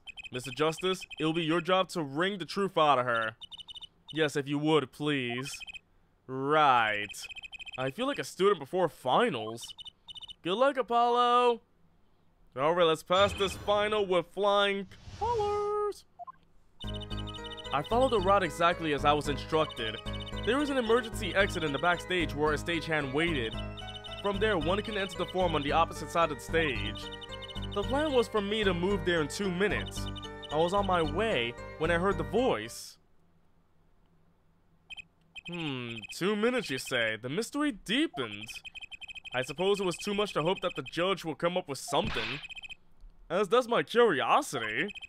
Take it away, Mr. Justice. Right, Your Honor. All I have to do is find a contradiction between what Lamar is saying and what we can see plainly in the video. I figured it out already. I'm a magician after all. Well, tell me. Not a chance. I can't reveal another magician's secrets. Come on. Hey, you're supposed to be on my side here. Trucy knows everything. Trucy's like, I read the script. I know what happens next. Trucy! How did you proceed along this route? How? Why, I walked. But you arrived behind the forum much too fast, so I've been walking. Tell the truth, Lamar. You rode some kind of vehicle. What? What a vehicle? What vehicle? Ah, what a novel idea. I like it. Hey, that's not a bad guess. Wrong, but not bad. Yes, laugh at the dumb attorney. I don't mind. I'm sorry, but the girl is right. That vent was much too small for vehicles. Why would I bring that up in the first place? It was a tight fit. Even I had to crouch as I walked. I cannot imagine a vehicle that would fit in such a small space. If it wasn't a vehicle, what was it? You had me going for a while there, Mr. Justice. Too bad. Ready for the next part? Why do I feel like I'm some kind of quiz show? There's an emergency exit in the backstage where a stagehand waited. How is everyone? How is everyone? I'm doing okay so far. Still sluggish, because, you know, today's been that, but I'm doing alright now. Did everyone on the concert staff know about the trick? Not all. Only a few that were needed to help. See, like I said, it's on a need-to-know basis. So not many people knew about the trick. What were these stagehands required to do? One needed to open the emergency exit. The door to the stairs is locked, but once through there... From there, one can enter the forum on the opposite side of the stage. So when you came back out, you were behind the audience. Yes, that is how it worked. Not a bad show if I do say so myself. That's Uncle Valor for you, the old grimoire touch. But on the video, you were only gone for 20 seconds. How is that possible? That's the part I don't get either. Yes, it would be hard to go so far in only 20 seconds. The plan was for me to move there in 2 minutes. 2 minutes? Yes, it can be done in 1 minute if you are running. Running? In that cramped, dark tunnel above the ceiling? Mr. Attorney, have you forgotten? Dark or lit, it makes no difference to me. That's true, but... So you're saying that on the night of the concert, you made the trip in 2 minutes? Yes, though I nearly didn't make it in time. You see, I stopped halfway. Lamar disappears on the video for 20 seconds. But she says she made the trip in 2 minutes. How? If you want my professional opinion, I'll bet the answer's right there in that video. Well, Mr. Justice, perhaps you have some evidence for us? Something that I can explain the discrepancy between the video and her testimony? Evidence explaining the discrepancy? I think I might have? There's only one piece of evidence that explains the discrepancy between video and the testimony. Hold on, I'm gonna look at the video again. Let me see if I got it right. Ooh. Hold on, let me see what I can get there. So she's there, and then she gets tossed away. I'm burning out of my fire. And then we're back to her. But wait, I think there was something missing. Hold on, I'm gonna take another look again. Something was missing that might have been found a long time ago. There is something missing that we found in the room very early on in the case, and I think that might be it. Yeah. Where is it? I see. Oh, something is missing. Her brooch was missing because we found it in the room. It must have slipped out in the vent or something. I'm gonna try this. Take that! Take that! Take it? Please take that? Take that! Thank you. Lamore, do you happen to remember this brooch? Uh-huh, the brooch. We saw that yesterday, did we not? It was found at the scene, Your Honor. And you're bringing this up now. Why? I thought we had already determined when that was dropped. So did I, but we hadn't. Take another look at the video. Or we're gonna watch it again. Orange Gavin is there. Here, you can see she's wearing the brooch. So she is. Let's look a bit later. And I know because of the angles, it looks kind of tough, but when it does that, yeah, there we go. Now it shows no brooch. What? The brooch is gone. What? Yes. The brooch disappeared in the short space of 20 seconds. And it takes a full minute to run from the stage to the backstage. Which means there can only be one explanation. The Lamore we see before the vanishing act and the Lamore we see after are two different people. What? The brooch was found on the floor at the crime scene. And not just on the floor, but on the floor directly beneath the air vent. This is crazy. Lamore, tell me. Did you drop the brooch on your way from the stage to the backstage? At the very moment you witnessed the crime? Yes, I think I did. Wow! Order, Prosecutor Gavin! From your expression, I gather you had no idea this was the case there, Judge. But holy heck, there was two Lamores? Two beautiful ladies. I, of course, knew about it. What? So how do we know this is the real Lamore? How do we know I'm the real Pixel?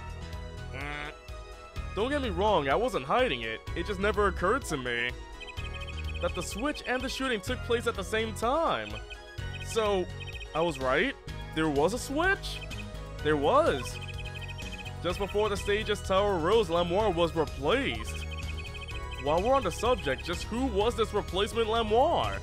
Why, the man behind the illusion. Me! Imagine Gavin's like, it was me, I was Lamore. Wasn't I adorable? But it was Valen Grimoire? He was involved in this?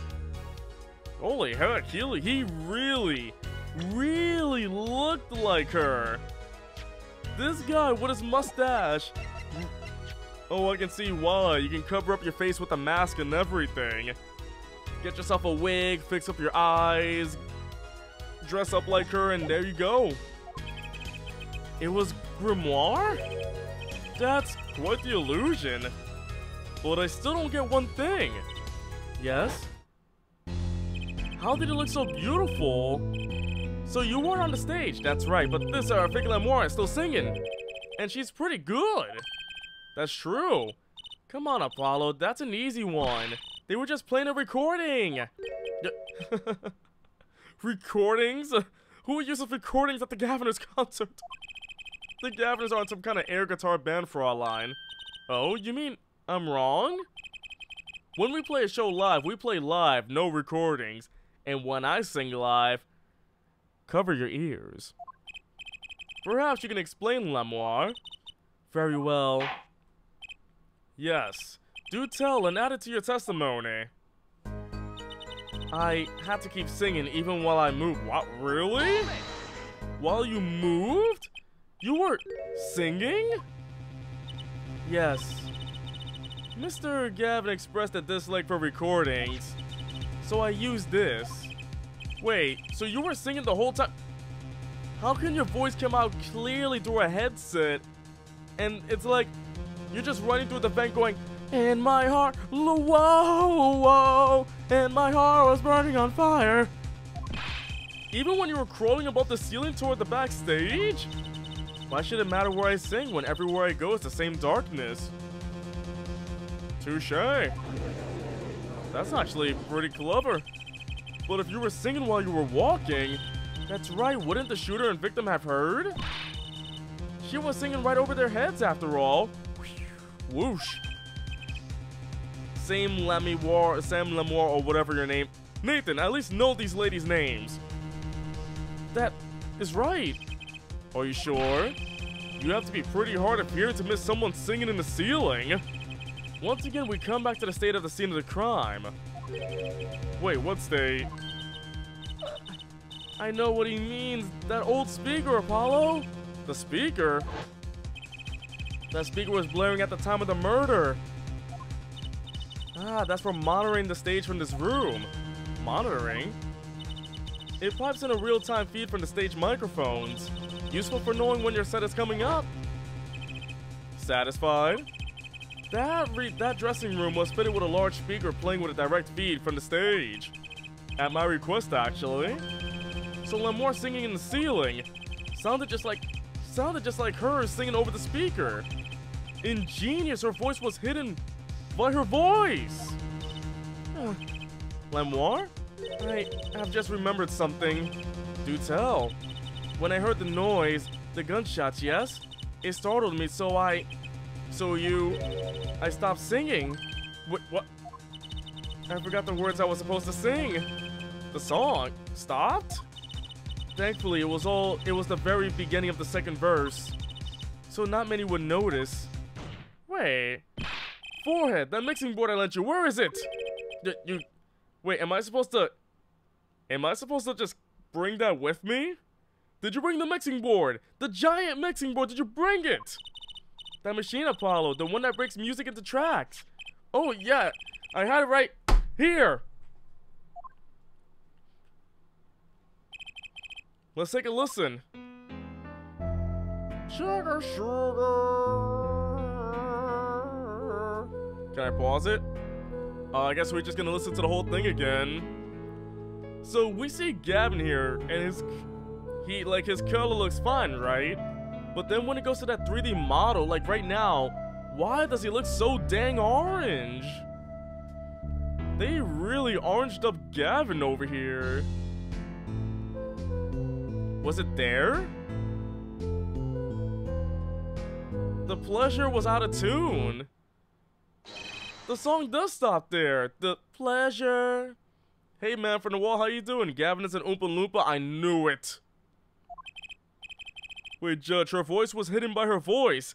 Ah yes, the floor here is made out of floor. I love that meme. Just a stretched out face. The floor here is made out of floor. Hold on, let me check the lyric sheet again. Yeah. It just sounds weird because she was supposed to say pleasure twice. But no, she said, but pleasure, like, out of tune. She forgot to say pleasure once. Look at the lyric sheet. At the top of the second verse, see where it says pleasure, pleasure? Now listen again. And you stole away the keys my heart held on to so tight.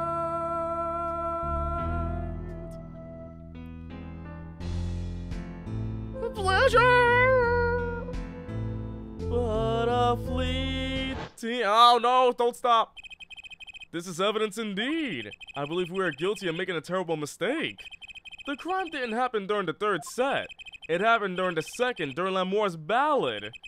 If that is true, then no one on stage during the second set could have been the shooter. Which means that Dorian Crescent could have done it. He wasn't on stage for the second set. Well, Prosecutor Gavin? Fascinating. I don't believe I've ever seen a trial turned around quite so thoroughly. Well, have you met Phoenix Wright? Yet one problem remains. What's that, Prosecutor Gavin? Air Forehead's theory does have a certain kind of logic to it. Yet it is entirely based upon Lemoire's testimony. Yes, is there a problem with this? Well, it's quite simple, though it pains me to say it. What if she is lying to protect the defendant? Objection! Well, you have no proof! All I'm saying is that the truth is as yet unclear. Until we hear directly from the man himself. The man? You don't mean... Yes. Though he is a friend and band member, Dorian Crescent must take the stand. I see no other way. As someone with a new perspective on the case? I don't know. Has he met Phoenix Wright? What are you not telling me? You see the shadows in my eyes? As a suspect, to be frank. Oh, we're gonna meet Mr. Dorian Crescent himself, Mr. Obstagoon.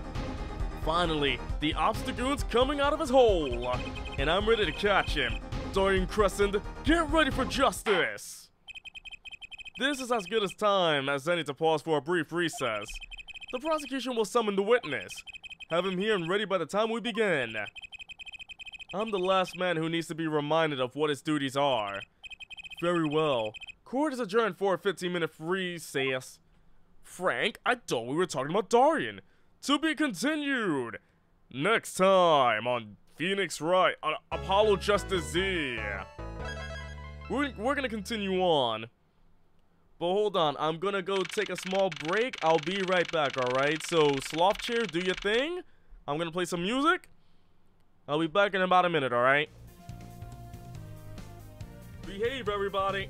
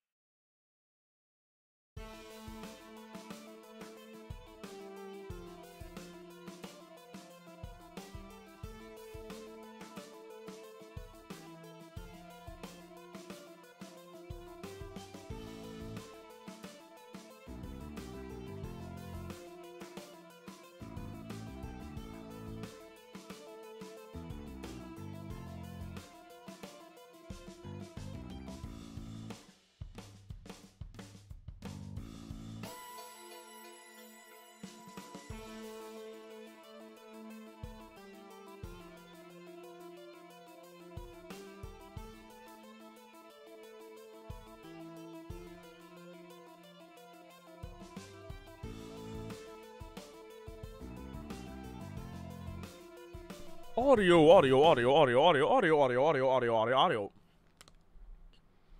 Alright. Hope everybody's doing alright. I hope you had the chance to relax and whatnot. Stretch those shoulders, stretch what you can. That was fast? It was just to wash up my face and whatnot, that's all. I just had to go in there, wash up the face, because like I said, I'm feeling a bit sluggish, so it's like, I gotta get the water to like, wake up a bit more. Just to be a bit more alert. It's just that this day has really made me like, lazy. Let's continue on. Apollo, I can't believe it. It really happened during the second act? And right in the middle of Lamoire's performance? You thought I had to use the facility. Where else would I wash my face? The kitchen? Am I gonna go to the kitchen to wash my face? Why was she in that air vent? And that switch in the flaming guitar? When you link it all together, that's what you end up with. I knew you had what it took. Phoenix! Daddy! Mr. Wright, you believed in me? Not really. Phoenix, what did they do to you? Look how they massacred my boy. Huh? I just thought that'd make a cooler entrance than say, hiya. Why do I even bother hoping? Where have you been lately, Daddy? You haven't been coming to the office at all. I've been gambling, my sweet daughter. I'm on a secret mission. He is gambling. Secret? You mean like you're undercover? Like Mr. Latouche, only shorter and not as well dressed? Oh no, what if you're shot too, Daddy? Why would I do a thing like that to you? I've already fallen from a bridge and get hit in the head with a fire extinguisher. What can be worse than that, right?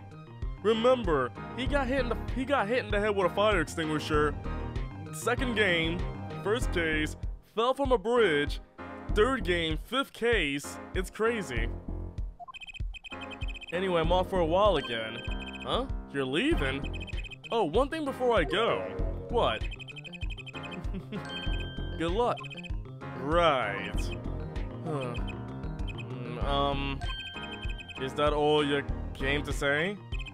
I think you have things pretty much under control. You'll get Machi to buy you off the hook, no doubt. Yeah, but... well, you're after that detective, aren't ya? Dorian Crescent. It won't be easy proving he did it, especially not under the current court system. The current court system? What did Prosecutor Gavin say during the trial? Your case is based on one fragile assumption, namely that our Diva Divine is telling the truth. But what about all the proof? Is the game where Phoenix is edgy? Wait, how edgy we talking? We talking about just plain edgy, teenager edgy, early 2000s edgy, or Shadow the Hedgehog edgy? The brooch and the switch. A piece of jewelry and a lyrical blunder. There are plenty of other ways to explain these things. The flaming guitar too. Shadow, triangle, edgy, he's on the edge. But if the sultry songstress is lying, your case melts like butter in a frying pan. And then we use the pancake, leaving behind a faintly singed scent of failure. Or pancakes, whichever you smell first. So what do I do? Like I said, good luck. And be aware that it will be impossible to prove his guilt by conventional methods. Oh, that reminds me. I have something to give you from our detective friend. Detective Sky? Emma? Let's see, this bag of snacks here was meant for me. Ah, here it is. Wait, what are those, Daddy? They don't look like very good snacking material. I know, I've tried. My mouth is bleeding. They were found at the scene.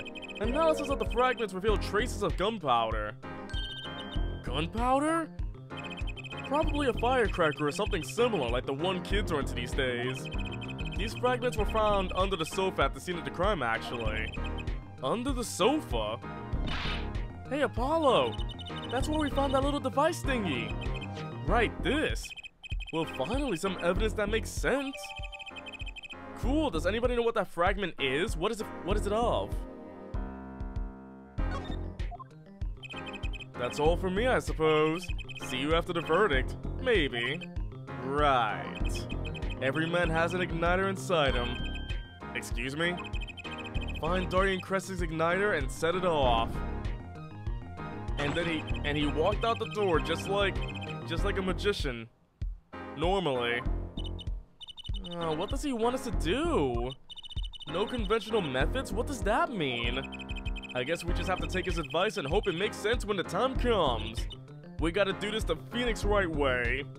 Cry and hopefully we get lucky with this. Phoenix went to commit arson. You see these fragments? Do what I did. Burn the judge's beard and you'll get off scot-free. We're almost at the finish line. Hang in there, Trucy. Let's do it. Let's do it. We got this. Back in the courtroom. Here we go. Court is now back in session. Prosecutor Gavin, where's Detective Crescent? Imagine judge with no beard. Oh, no thank you. I don't want to see that. In the witness lounge, ready to be called at any time. No. That Bugs Bunny picture where he just goes, no. Very well. Might I add, I don't believe any of this. Dorian was the first detective I've ever worked with. We stopped working together when he moved to Criminal Affairs Division 3. With his guitar playing, it fires my imagination. That's nice, but it has nothing to do with the matter at hand. Correct? Oh, I know. Air forehead. Very well. Call the final witness to the stand, Detective Dorian Crescent. There he is. Name and occupation, please. Dorian Crescent, Detective, Criminal Affairs Division 3. That's the International Affairs Division for those of you who didn't know. And I'm a guitarist for the Governors. Maybe you've heard of us. Do you fully understand the circumstances under which you stand before us today? Yeah, I understand, Your Honor. What I don't understand is how you let this happen, partner. You gave me your word I wouldn't be standing here. The situation's changed, Dorian. And don't call me partner. So much for old friends. I see what you're doing, Dorian. You're pressing the prosecution. Your Honor, if we can begin the trial. Yes, it's high time. It's high noon, we did. Let's hear your testimony. You may begin with your response to Lamor's testimony, if in fact you have anything to say about it. Oh, I got plenty to say. Lion must be a national pastime in Borginia. And whenever you're from, and wherever you're from, Mr. Justice. Conventional methods are out the window, huh? Here goes nothing. Let's do it. Let's go find some lies. The diva's lying, plain and simple. She's got nothing to back up her story. In the first place, she never heard my voice. She forgot the words because she heard gunshots, as if. Didn't Detective Emma's guy hear those gunshots during the third set anyway? The shooting took place when I was on stage, man. So you claim Lamor's testimony was a lie. Can we expect a pixel balloon during the Macy's Day Parade? If there is ever a sloth balloon during the Macy's Day Parade, I will cry, and then scream, and shout, and let everything out, meaning my head will explode. Hey, don't get me wrong, I dig what she's doing, trying to protect that kid. And she's got the court eating vague statements out of her hand just cause she's blind. You go too far, Dorian. Look, all I'm saying is, you got a reliable witness. Why not listen to the detective? Detective Sky? I see. Mr. Justice, you may begin the cross-examination. You didn't waste any time finding our weak spot. I can't do this with Lamor's testimony alone. I'll have to find some other way to prove when the shooting took place. Let's do it. Let's get him guilty.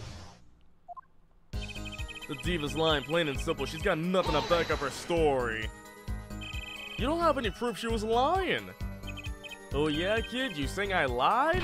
No, I'm just saying, Apollo, glare back at him. I couldn't help it. I flinched by reflex. Detective Crescent. Yeah, what do you want? Nothing. Apollo, chin up, back straight, you're wilting. I gotta sit up straight too. This guy's hard as nails. He makes Wonky look downright cooperative. Look, there's no way the diva remembers my voice. In the first place, she never heard my voice. You never talked to her even though you were playing in the same concert? Not a word as far as I can recall. Well, weren't there planning sessions or something? Gavin took care of all that himself. Dorian wasn't involved in any of the meetings with her. As if you can just go around remembering everyone's voice like that anyway. Only an idiot will believe that. Lamor's hearing is very sensitive. She could remember him if she heard him, I'm sure of it. I just can't prove it. And I need proof.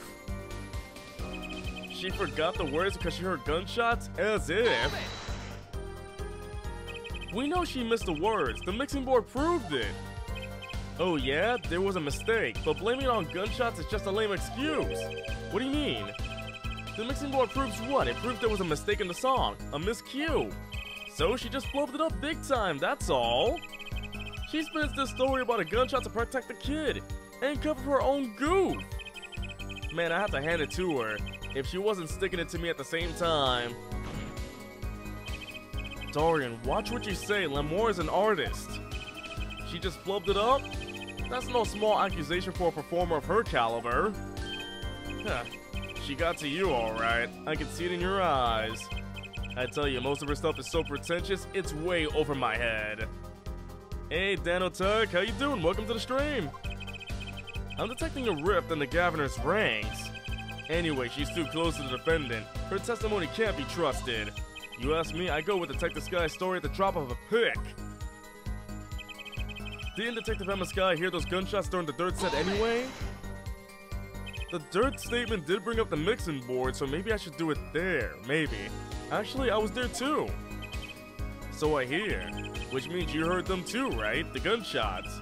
Yes. We heard gunshots. Neither I or nor Emma actually saw the shooting, mind you. I guess you and Lamore got the same excuse then. We know one thing for certain here. There were gunshot-like sounds that emanated from that room during the dirt set. What we must determine is whether those sounds were actually gunshots. Machi heard them too. Remember he said he ran for the air duct when he heard them? So how do we figure out just what those gunshots during the dirt set were? The shooting took place when I was on stage, man. By the way, anybody got Thanksgiving plans? You know, be safe though. Be very safe. Because of the pandemic and all, be safe. That could have been what the shooter wanted us to think. I'll tell you what the shooter, that kid wants you to think. He wants you to think the diva heard me in that room. The bits? What about the bits, Dolus? You want to eat the bit? The bit. I'm back to relying on Lamore's testimony. As much as I'm enjoying the Dorian and Forehead show, there is no need for such tempers. Let's see, you got a head off, Firebrand? Quality doesn't love ya? I gotcha. Sorry to hear that, Firebrand. I'm very sorry Twitch is not giving me the quality options. Usually I get the options. They don't like me anymore. But thanks for coming anyway. Don't make us into some comedy duo. This means the Gavin and Darian show is cancelled? Then I'll take it Thanksgiving was like 2 months ago. In September? Neither of your claims can be proven or disproven. We can argue for days like this and get nowhere. Gavin is quite right. This court will hear no further discussion on this topic without new facts. New facts, huh? He's pretty eager to paint Lamore as a liar, isn't he? Yeah, because her testimony is basically our entire case. This is tough, so what do we do? I've got a few ideas. I just need to find another way to prove it didn't happen when he says it did. The thing is, the dirt testimony brought up a lot. I'm gonna try using the mixing board. Maybe we can find out when the gunshots happened. Objection! Objection! Remember this, Detective Crescent? Remember this, Detective Crescent? The mixing board, what about it? It seems there was clear proof left behind. Right here in Lamore's song. Oh wait, I need a stylus, don't I? Where's my stylus? Why do I keep losing my stylus? I always keep forgetting my stylus. Per song? What exactly is this, device thingy? A new variety of gramophone, perhaps? How old is this man? Come on, we just used this, and don't get me started on gramophone. This device was used to record the performance part by part. Part? You move the sliders to adjust the volume. Each instrument is adjustable separately, Lamore's voice included. Oh, but what does this prove? According to Lamore's testimony, at the moment of the shooting, she forgot the words to the song. Ah, you intend to examine the recording at that moment, yeah? We might even hear those gunshots. Exactly. Ah, ridiculous. Oh, he's sweating though. Hold on, does the hair fall again? Oh, it does, it does. The hair goes... Wow. I love that animation. The hair just goes... Wow. Hey Zella, how you doing? Welcome to the audio mixing simulator stream. I hope you're doing alright. How are you supposed to hear gunshots back in that dressing room out on stage? Have you forgotten, Dorian? We were all wearing these headsets. Oh. There it is. We were all deeply involved in our performance. But Lamore's headset would have picked up what she heard all the same. Then let's get to analyzing that recording, right now. Lamore stopped singing when she heard the shots fired. Find that spot and I'll find the gunshots.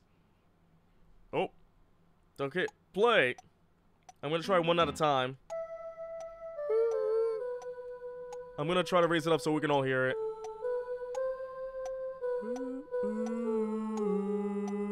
Can I go for... Oh, wait. You hear that? Do you hear? Like, literally, I go to the next one, it's right there. And it's only from her. Wow, that was quick. I found the gunshot. That was it right there. It's one. Gunshot. Take that! That was quick. Your Honor, listen closely to this part. This is the track with Lamoire's vocals. I was gonna go one by one. You stole away the keys. My heart held on to so tight.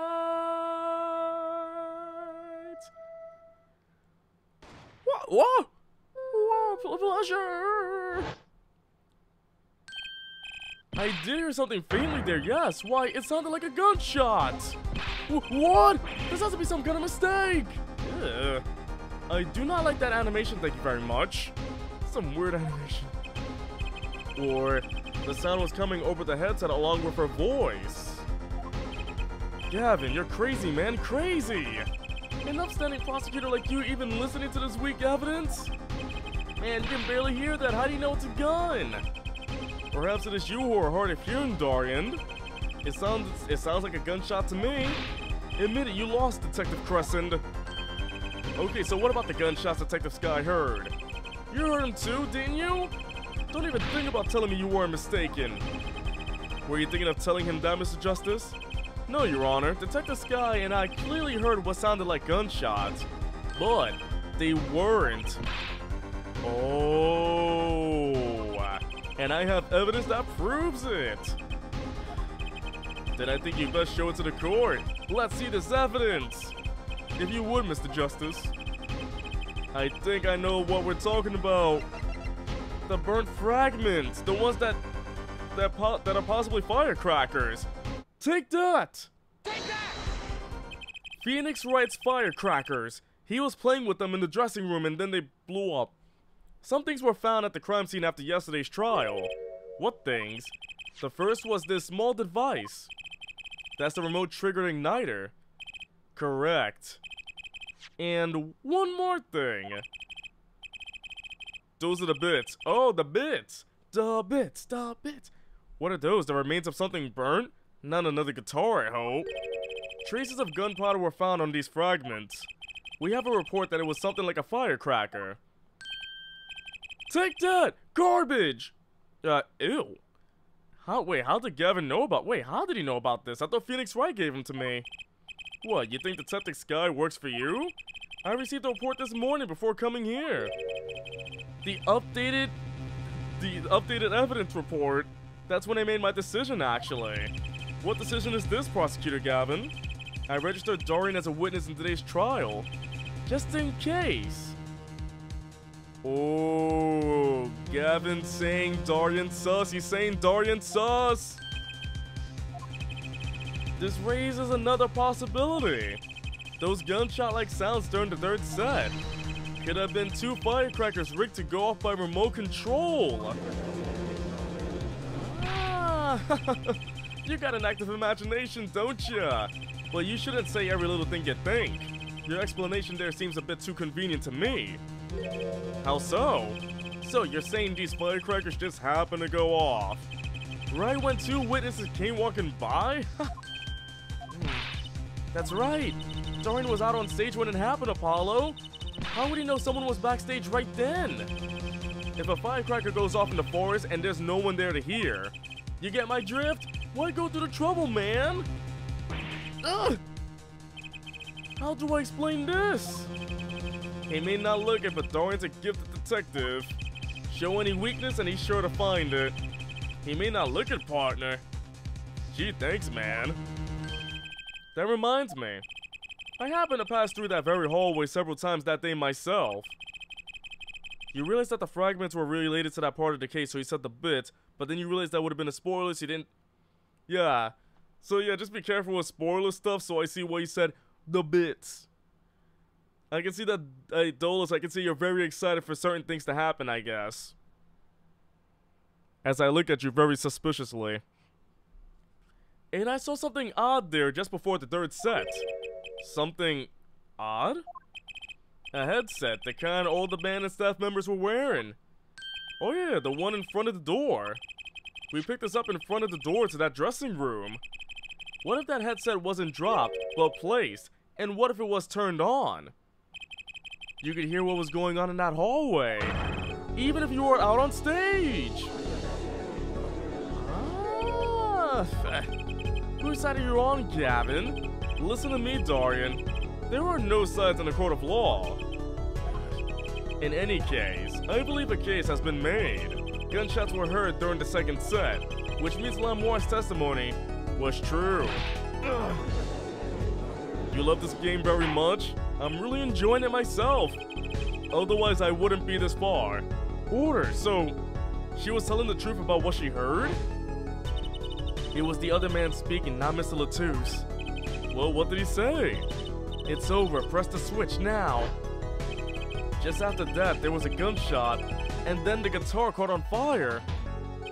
Detective Crescent, you weren't on stage during the second set. You could have done it. But why did we only hear one gunshot in the recording? Weren't 2 bullets fired from this weapon? Lamoire was moving through the air vent, Your Honor. She must not have been close enough for her mic to catch the first shot. But then as she passed over the dressing room, the gun fired again and Mr. Latouche's life was taken. Well, Detective Crescent? Once again, I'm reminded of something. Our performance that day. Your performance? Seeing the mixing board jogged my memory. You were there too, Air Forehead. Oh yeah, the one part that Crescent messed up. What is it with today? Problem after problem. Chung! My hog won't start, my guitar case is busted, my guitar's been burnt to a crisp, and to top it all off, someone's dead! And then there was that performance just now. What was that all about? This part is off. Which is that? Second guitar? It was you, Darian! I thought it strange at the time. How could you miss such a simple cue? I know you. I know how you play. You're better than that. Yeah, well, You what? And Prosecutor Gavin, what are you getting at? I'm talking about the murder weapon.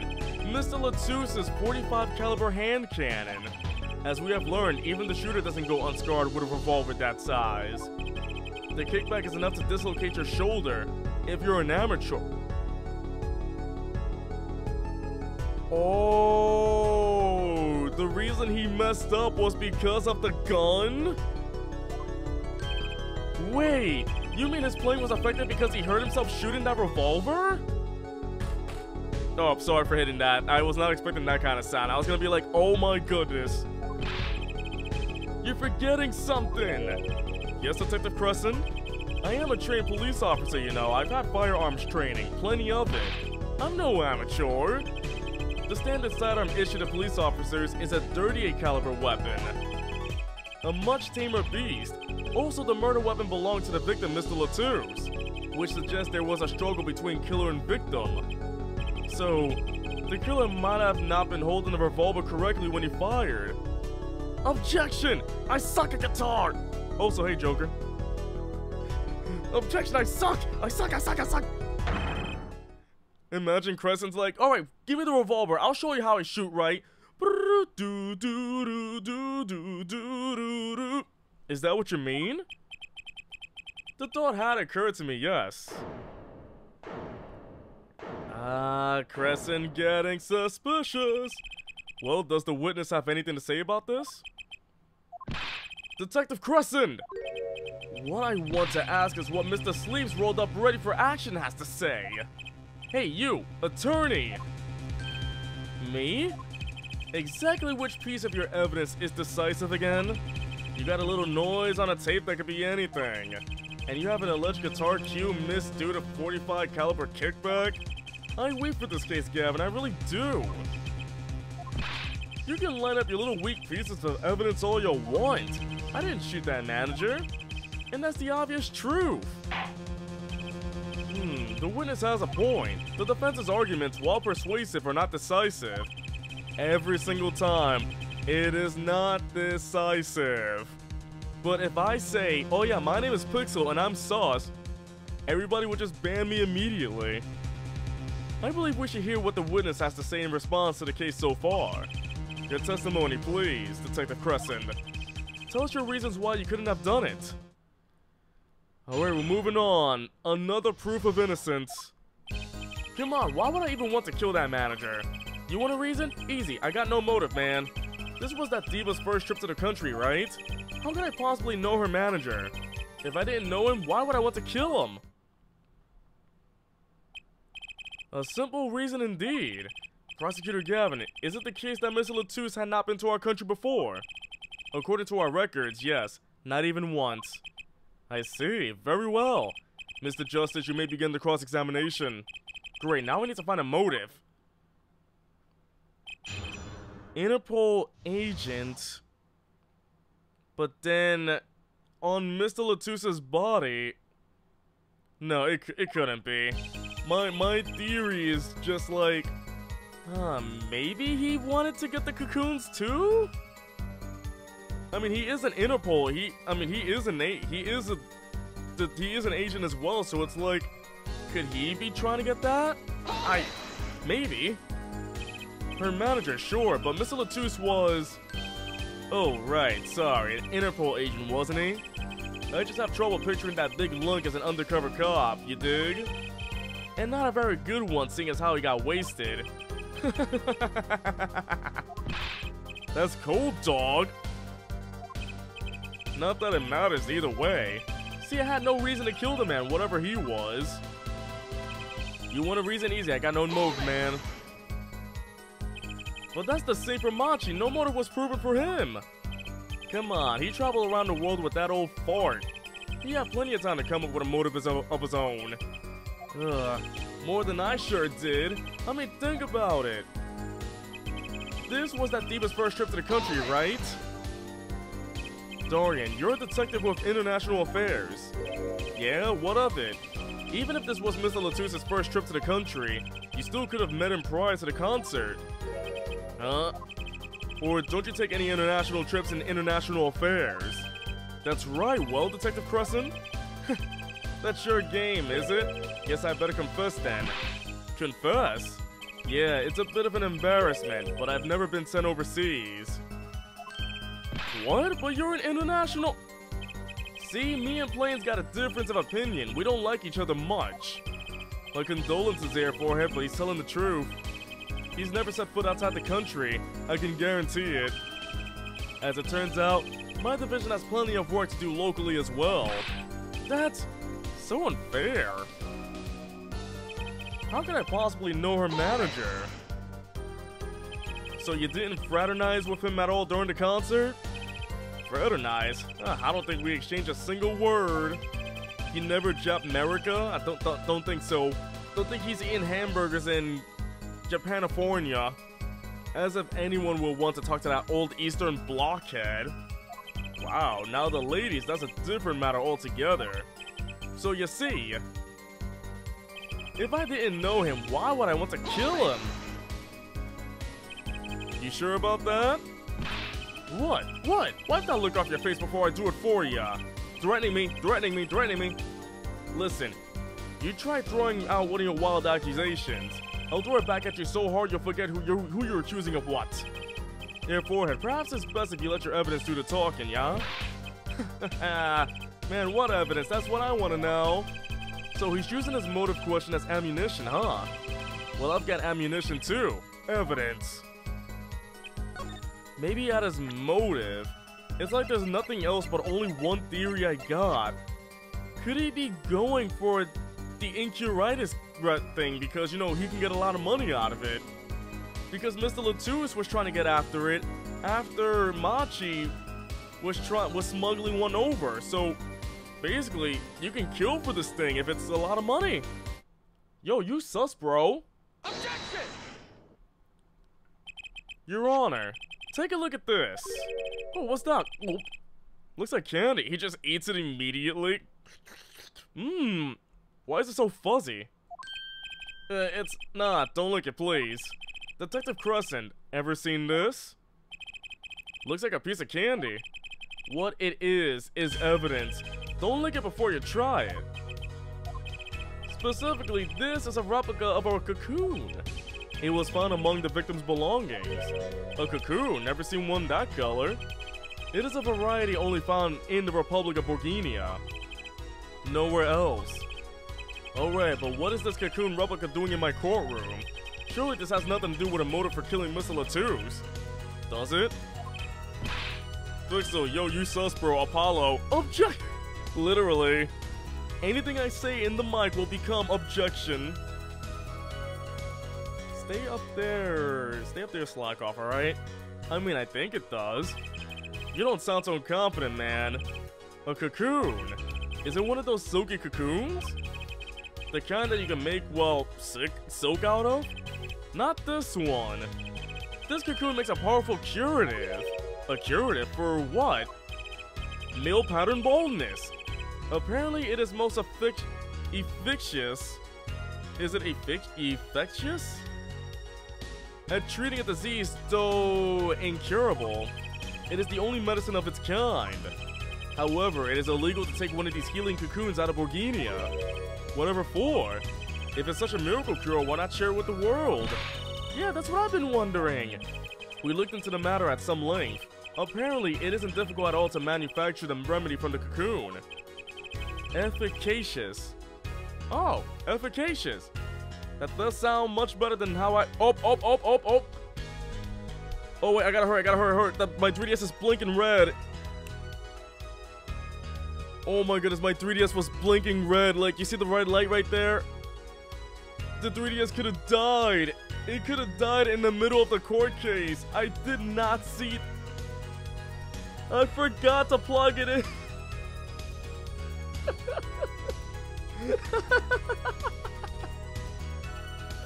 I forgot to plug it in. Oh my goodness, this would have been the second time, because the first time it happened during a stream of Animal Crossing New Leaf, it just shut off in the middle of the game. Oh my goodness, I'm glad I had to plug ready, but holy heck, I would have restarted from the beginning of this part. Okay, back to the game now. Oh my goodness. Yet if you change the process only slightly, you can easily make a large quantity of something else entirely. A deadly poison, in fact. Oh, what? There was an incident several years ago where some of these got out onto the black market. It caused quite the commotion in the global community, though the media was kept largely unaware. Intriguing. All this has led to a strict ban on the cocoon's export. One rigidly enforced by Interpol, among others. Do not hold hands in the Borginia cocoon. Okay, I didn't know it was poisonous to do that. I'd still hold hands with somebody in the cocoon. Interpol. Right. The victim, Romain Latus, was an Interpol agent. Detective Crescent, you insist on referring to him as a manager, but that is misleading. Romain Latus wasn't killed as a manager. He was killed as an undercover agent. So I was trying to smuggle this gumball into the country? That's what you're trying to say? I'm saying that could well be a motive for murder. Oh, so I was gonna sell it on the black market. Make myself a pretty penny. Ridiculous. I mean, totally unthinkable. Unthinkable, you say? Why? Perhaps it's time for another testimony about this smuggling of cocoons business. What can the 3DS do with sound when it's low on battery? I mean, do you really want to play on your 3DS and hear beep beep beep beep beep beep beep beep beep beep beep beep beep beep beep? I mean, it flashes two lights that are red. Like, you get a red light at the bottom, and then at the middle part of the 3DS, it flashes red. I mean, I gotta do all these things just to make sure I can play from a legit 3DS, though. Just to do this legitly. International Affairs got a memo about these cocoons. Interpol's all hot and bothered about them. Can't sell them on the black market? Too dangerous. Yeah, cocoon smuggling ain't exactly lucrative anymore. Man, I'm in International Affairs. I know the deal. Oh, it should do what Pokemon Black and White did and have a really rad song play. Doo-doo, doo-doo, doo-doo, doo-doo. Interpol wanted these cocoons bad enough to send Mr. Latus undercover. You kids think of the craziest things. But no way am I going to risk life and limb just to get my hands on some dirty Cocoon money. Hey, I want clean Cocoon money, alright? I want clean money. From Cocoons. Not the most noble of statements, but duly noted. According to reports, these Cocoons top Interpol's list. Selling them to an underground organization would be risky. Very well. You may begin the cross-examination. This is the only motive I've got. He was up to something, and I'm gonna find out what. Let's do it, let's do it, let's do it! International Affairs got a memo about these Cocoons. That memo, that's how you knew about the Cocoons! Oh, nice one, nice one. I'm running scared now. You had to know about the Cocoons to plan this. Just how well known are these Cocoons? I'm embarrassed to admit it, but I've never heard of them. Well, Lamar knew about them, though not their use. My reports indicate that there are ongoing efforts to control info about the Cocoons. Most people only know they're illegal to export, that's all. Then, I have nothing to be embarrassed about after all. You could say people like me who know about them are a minority, yeah. But that includes everyone in international affairs, man. And everyone in Interpol too, for that matter. Yeah. Interpol's all hot and bothered about them. So there are other Interpol agents like Mr. Latouche. All over the world likely, deep undercover most of them. That's why these Cocoons are too hot for the black market. You don't want Interpol sniffing through your wares. Most came to the conclusion that can't sell them on the black market, too dangerous. Too dangerous, you say? Dangerous? Yeah, Interpol finds you, they arrest you on the spot. Or another marketeer might think you're a part of a sting and take you out himself. Times have changed.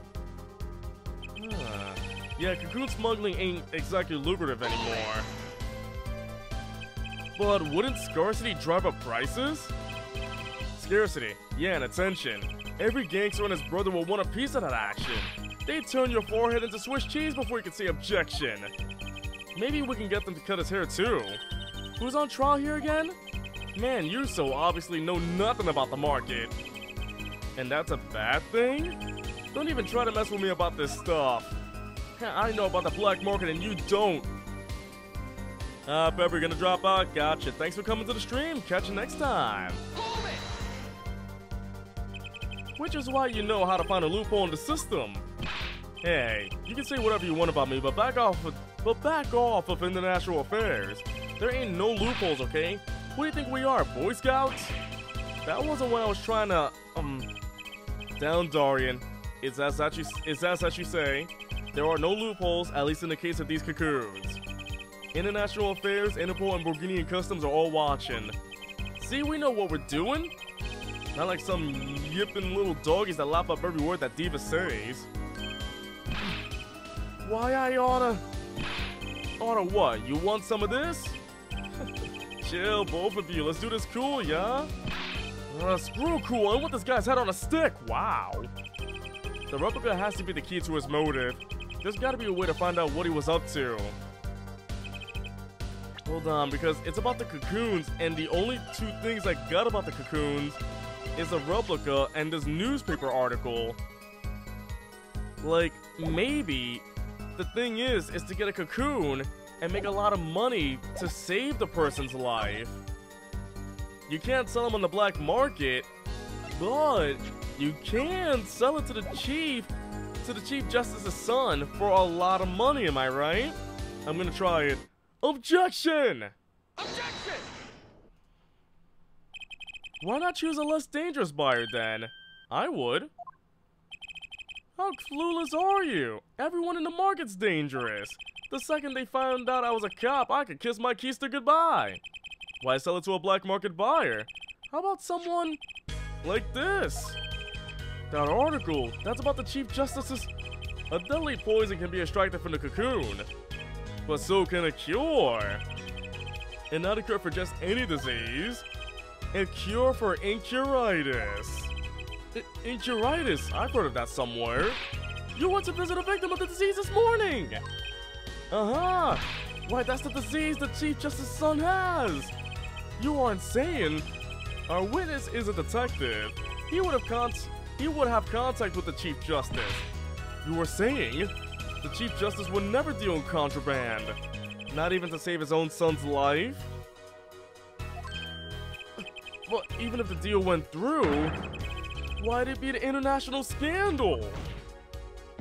That's Detective Crescent's insurance. If word ever got out, the one with his neck on the line would be the Chief Justice. Detective Crescent, is this true? First I'm a murderer, now I'm a smuggler. How many crimes are you gonna pin on me anyway? Distasteful as it is to think about, if the Chief Justice were the buyer, why a seller couldn't hope for a better deal. A very cowardly seller. Don't let sleeves over there trick ya. So I made a deal with the Chief Justice? Where's your proof? Well... Oh yeah, and you're forgetting one other important thing. Do tell. Interpol isn't the only ones out there watching this. Borghinian Customs barely sleeps. They're so worried about Cocoons getting out. So we were informed. Let's continue with the cross-examination. So that helped, but not really. Borghinian's Customs is very thorough. Everything and everyone gets checked. Just how strict is this customs checked? Custom check. Way strict. They keep planes on the ground for hours. I do recall it being a bit extreme. They were even confiscating gumdrops and marshmallows. No! Yes, it will be hard to distinguish them. That's right, Gavin was in Borghini, wasn't he? I remember setting off the metal detector several times. I had to practically strip naked to walk through. Here's a travel tip for you, Gavin. Leave the bling at home, you glimmerous fop. Wow. Just called him a fop. Cocoon possession will get you arrested on the spot and then sentenced to death. That's pretty extreme. Borghini has this rep as a idyllic, laid-back place. Truth is, they're beyond hardcore with security. The Republic of Borghini is a peaceful, pleasant country, so this level of security shows us how truly concerned they are about these cocoons. That's the situation. Hey man, if there's a way to get cocoons out of there, I'd sure like to know. Wait a minute. I feel like there is a way. Wasn't... Yeah, this went through customs, right? This thing went through customs, and it could have been set on fire to burn up the evidence. There could have been cocoons in the guitar, only to trigger it, to trigger the igniter and burn up the guitar with the cocoons inside. Because this one went through customs, there's no way he could travel with it. This guitar went through customs. And who else could work in customs? Objection! Objection! Actually, there is one way. What? One way to get something out of the country, no checks. What is it? You become a prosecutor. A prosecutor? I don't believe it. Why burning the guitar with the cocoons? I don't know if there were cocoons in the guitar, but the guitar had to be burned up for a reason. There's a reason why the guitar went on flames, but I don't know that yet. All I know is that the guitar went through because he's a prosecutor. So why gift him a guitar only to smuggle cocoons inside?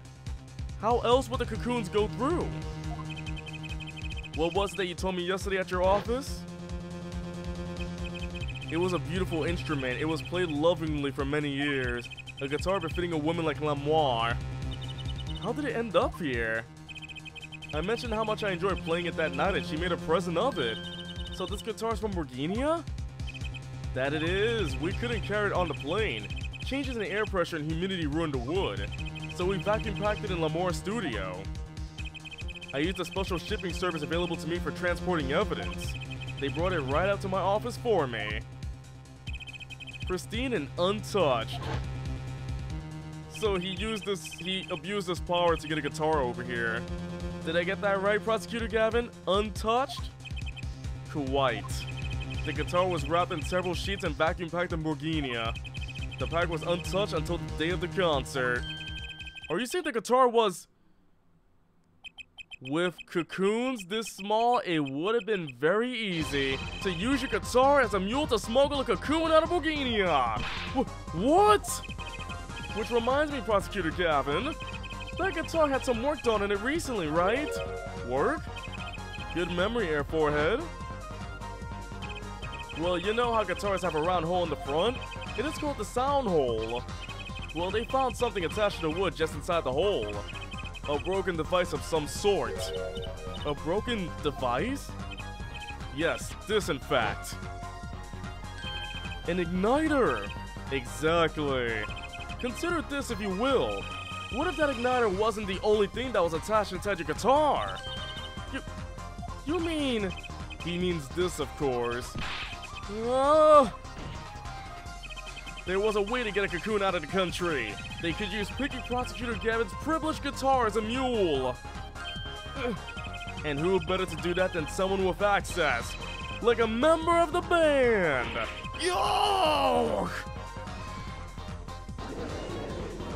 We're getting there, we're getting there! Order, order, order! So the igniter was placed in there for a clear reason, it seems. It was a safety precaution. A precaution? Ah, Air Forehead. At last it all comes together. Every strange thing that happened that day. Care to review? Maestro, the gentle sounds of Lamore's ballad if you please. First, my keys were stolen. A harmless misdemeanor, which forced me to break the lock on my guitar case. The key was stolen to retrieve the cocoon from the guitar. I see. But things didn't go so well. The smuggler wasn't counting on the guitar being wrapped. Only a member of the band could get near that case. Unwrapping the guitar will raise too many suspicions. Then the concert began. Right about this time, a very large problem presented itself to the smuggler. What's that? Mr. Latouche. Ah, Mr. Latouche, an undercover agent, was onto something. He would have known about the guitar. He'd only have to check the shipping records. So, Mr. Latouche tried to examine the guitar himself. If the cocoon were confiscated, then the gig would be up. The only thing left for the smuggler to do was to get rid of the whole lot. It's over. Press the switch now! And then the guitar was set on fire. The guitar burst into flames and the cocoon was lost. And then... Mr. Latouche died. With Lamore there to witness it. There's your case.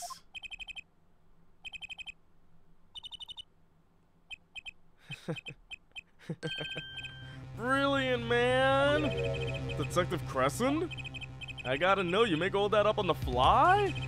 For a made-up story. It makes a great deal of sense, Darian.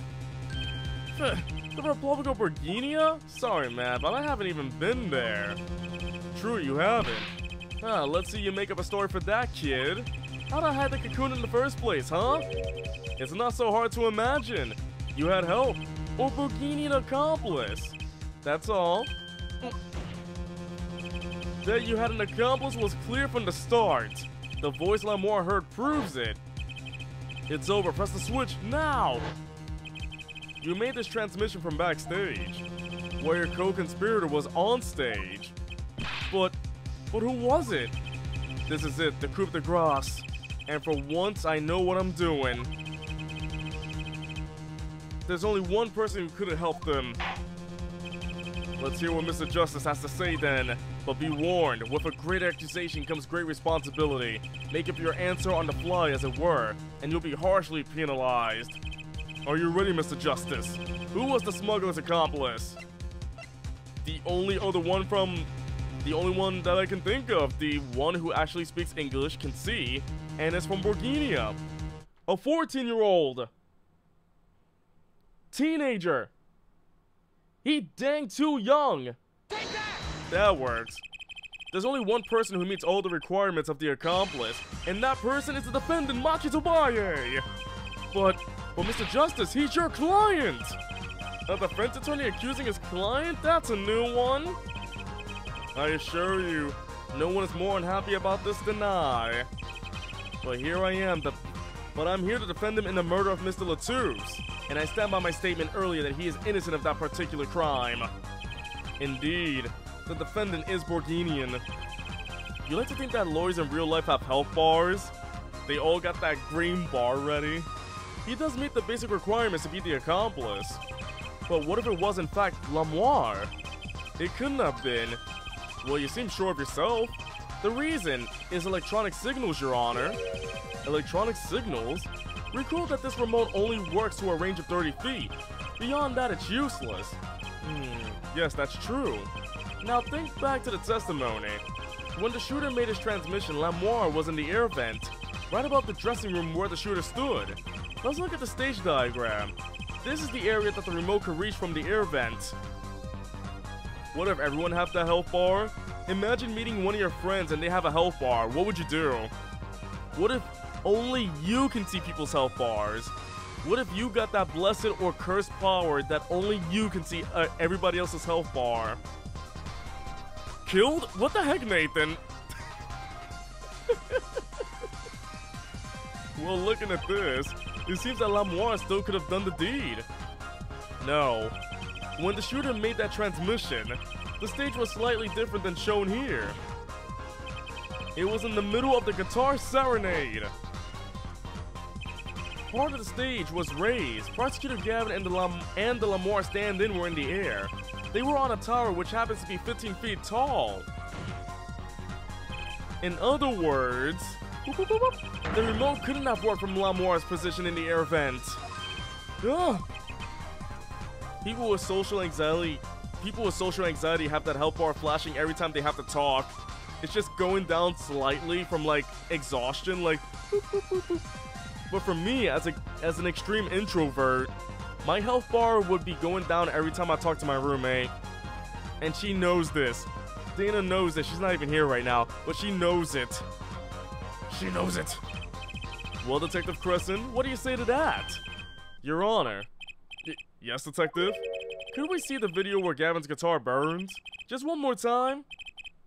Well, I don't see why not. What? Don't tell me there's a way out of this. Pleasure. Oh, Jimmy, but a fleeting melody. And it wraps itself around me. Gavin's like, stop showing that. I get it. I keep getting set on fire. I look too dang orange. Too bad, so sad. Too bad. You're mad, punk. Punk?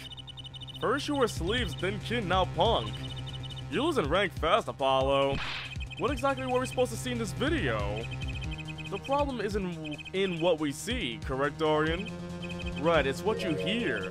We are musicians, after all. Care to explain for us non-musicians? Sure thing, punk. Let me get your yarn straight first. You're saying I ordered the Wii pianist to set off that igniter? That right? Yes?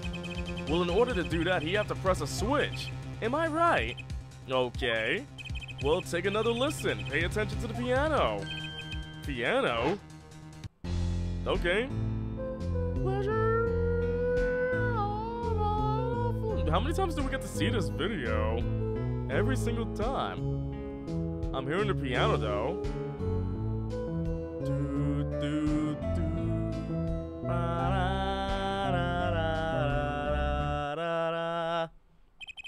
What seems to be the problem there?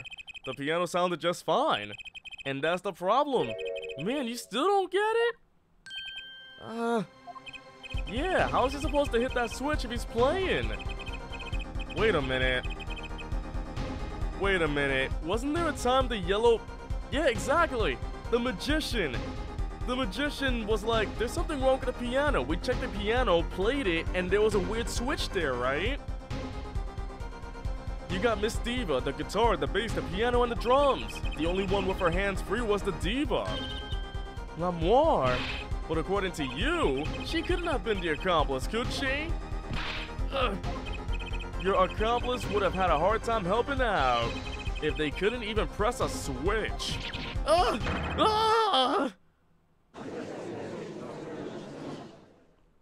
This is the first time you saw that fire starting in the guitar? Really?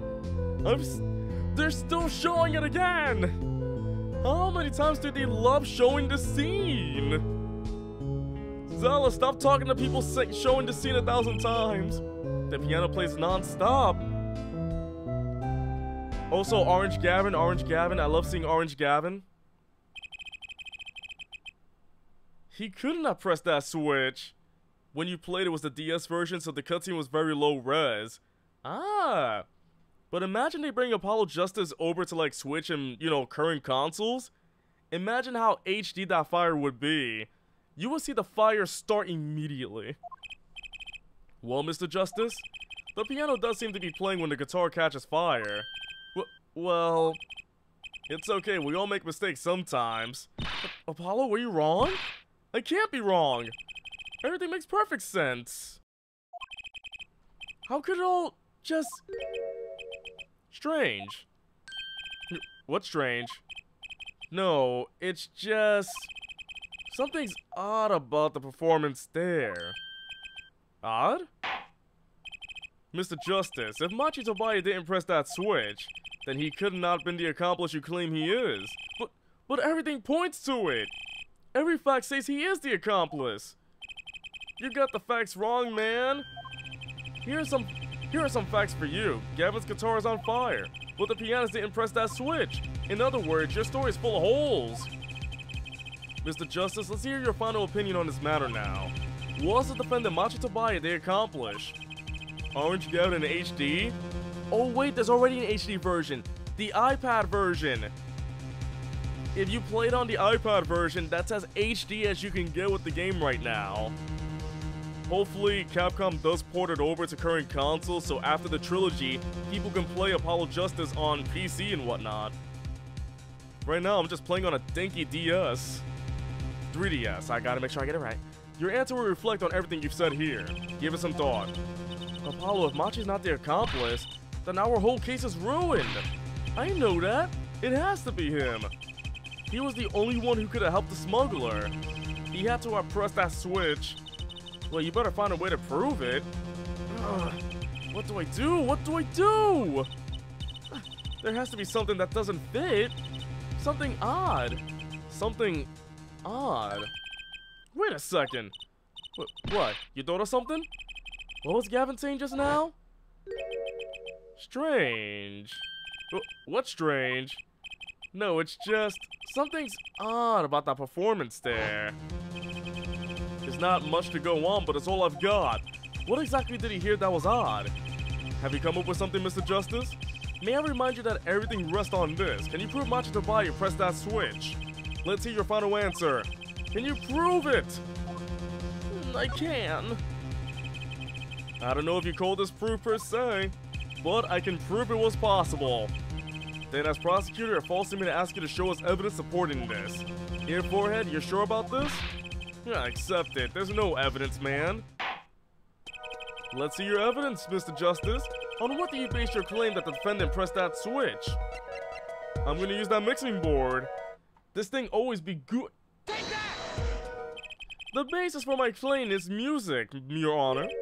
Music? What about music? Let's listen to the piano part around the time when the piano was to be... Wait, I messed that up. Let's listen to the piano part around the time when the switch was to be pressed. I'm sorry, my brain is still waking up. Still, I don't know how. Right before the guitar bursts into flames, or because I've been talking non-stop for 3 hours straight. Pleasure.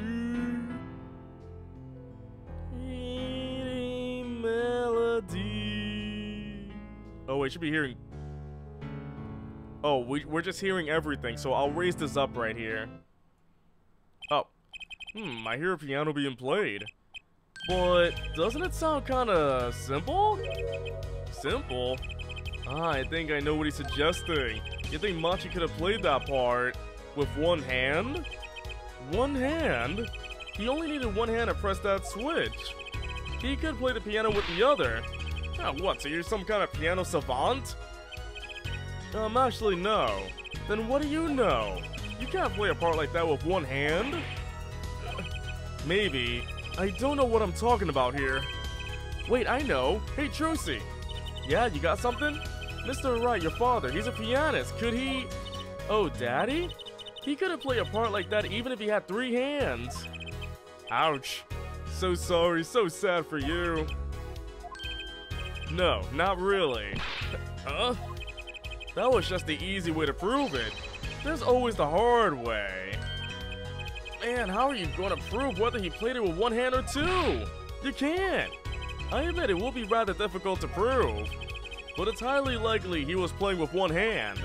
How do you know that? The clue is what Prosecutor Gavin described as sounding odd. Ugh. What sounded odd? I bet we can tell by listening to a certain part of the song. No way. Well, it seems we've come to the moment of truth at last. Let's hear what Mr. Justice has to say for himself. Show us the part that proves the defendant was playing with one hand, right before the guitar burst into flame. Macho was definitely playing one-handed just before the guitar caught fire, and one section of the song proves it. Oh boy. So let's play. Alright, I'm gonna get the piano.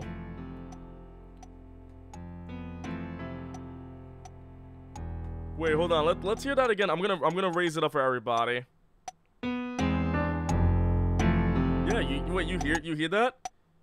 It goes doo-doo. And this sounds really simple. Doo-doo doo-doo. It already sounds so dang simple. And it sounds simple here as well.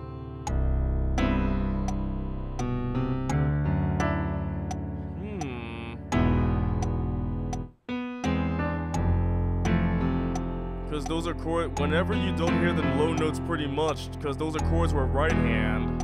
Can I go back here? Oh. You're right. Oh my goodness, I've actually got a musical expert over here. It just sounds really off, it just really sounds off at the first bar. You hear passing notes with right hand and low chords with left hand. You're right. That's what sounded off to me. I'm like, the first part just seems really, really off. I'm gonna say it's the first bar. Take that! Take that! Prosecutor Gavin, I'm sure you realize by now just what it is that sounded odd to you. As I'm sure you realized it yourself, Fair Forehead. Realized what? I'll demonstrate. Let's listen to the part in question again, shall we? Pay particular attention to the but a fleeting melody phrase. Please you, but a fleeting melody. Orange Gavin. Man, how many times do we have to listen to the same thing? As I've tried to mention this whole case, we've been seeing that video so many times. But yeah, it's like, if I really did not know music that much, or without Nathan's help, I really wouldn't know, but it's like, the first one just sounds really off. And I've played a lot of rhythm games, so it's like, that sounds off.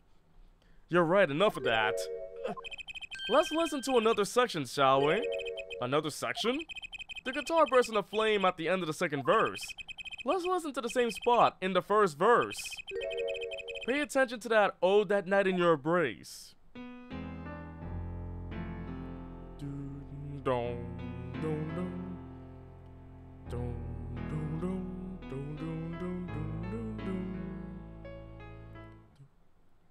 It sounds much better there. Play verse 2 again. Wait, we're going back again?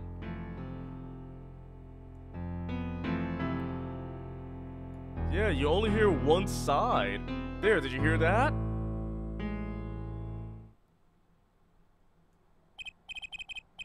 They feel the same, true, but they're clearly very different.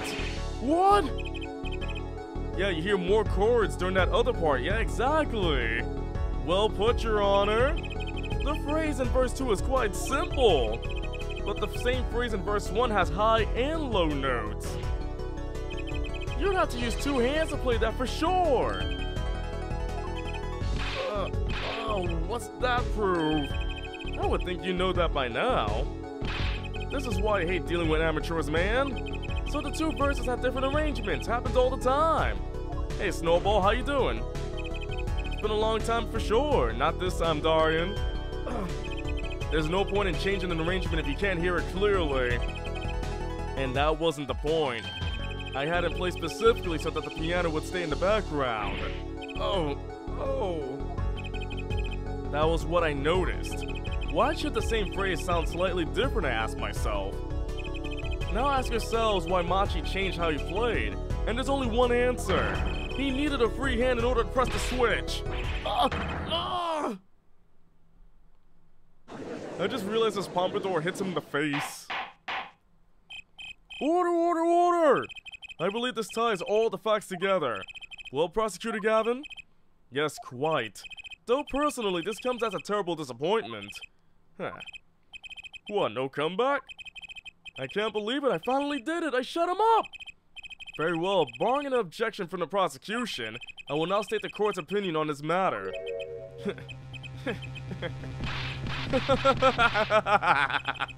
Good show, Sleeves. No, great show. No, jolly good show.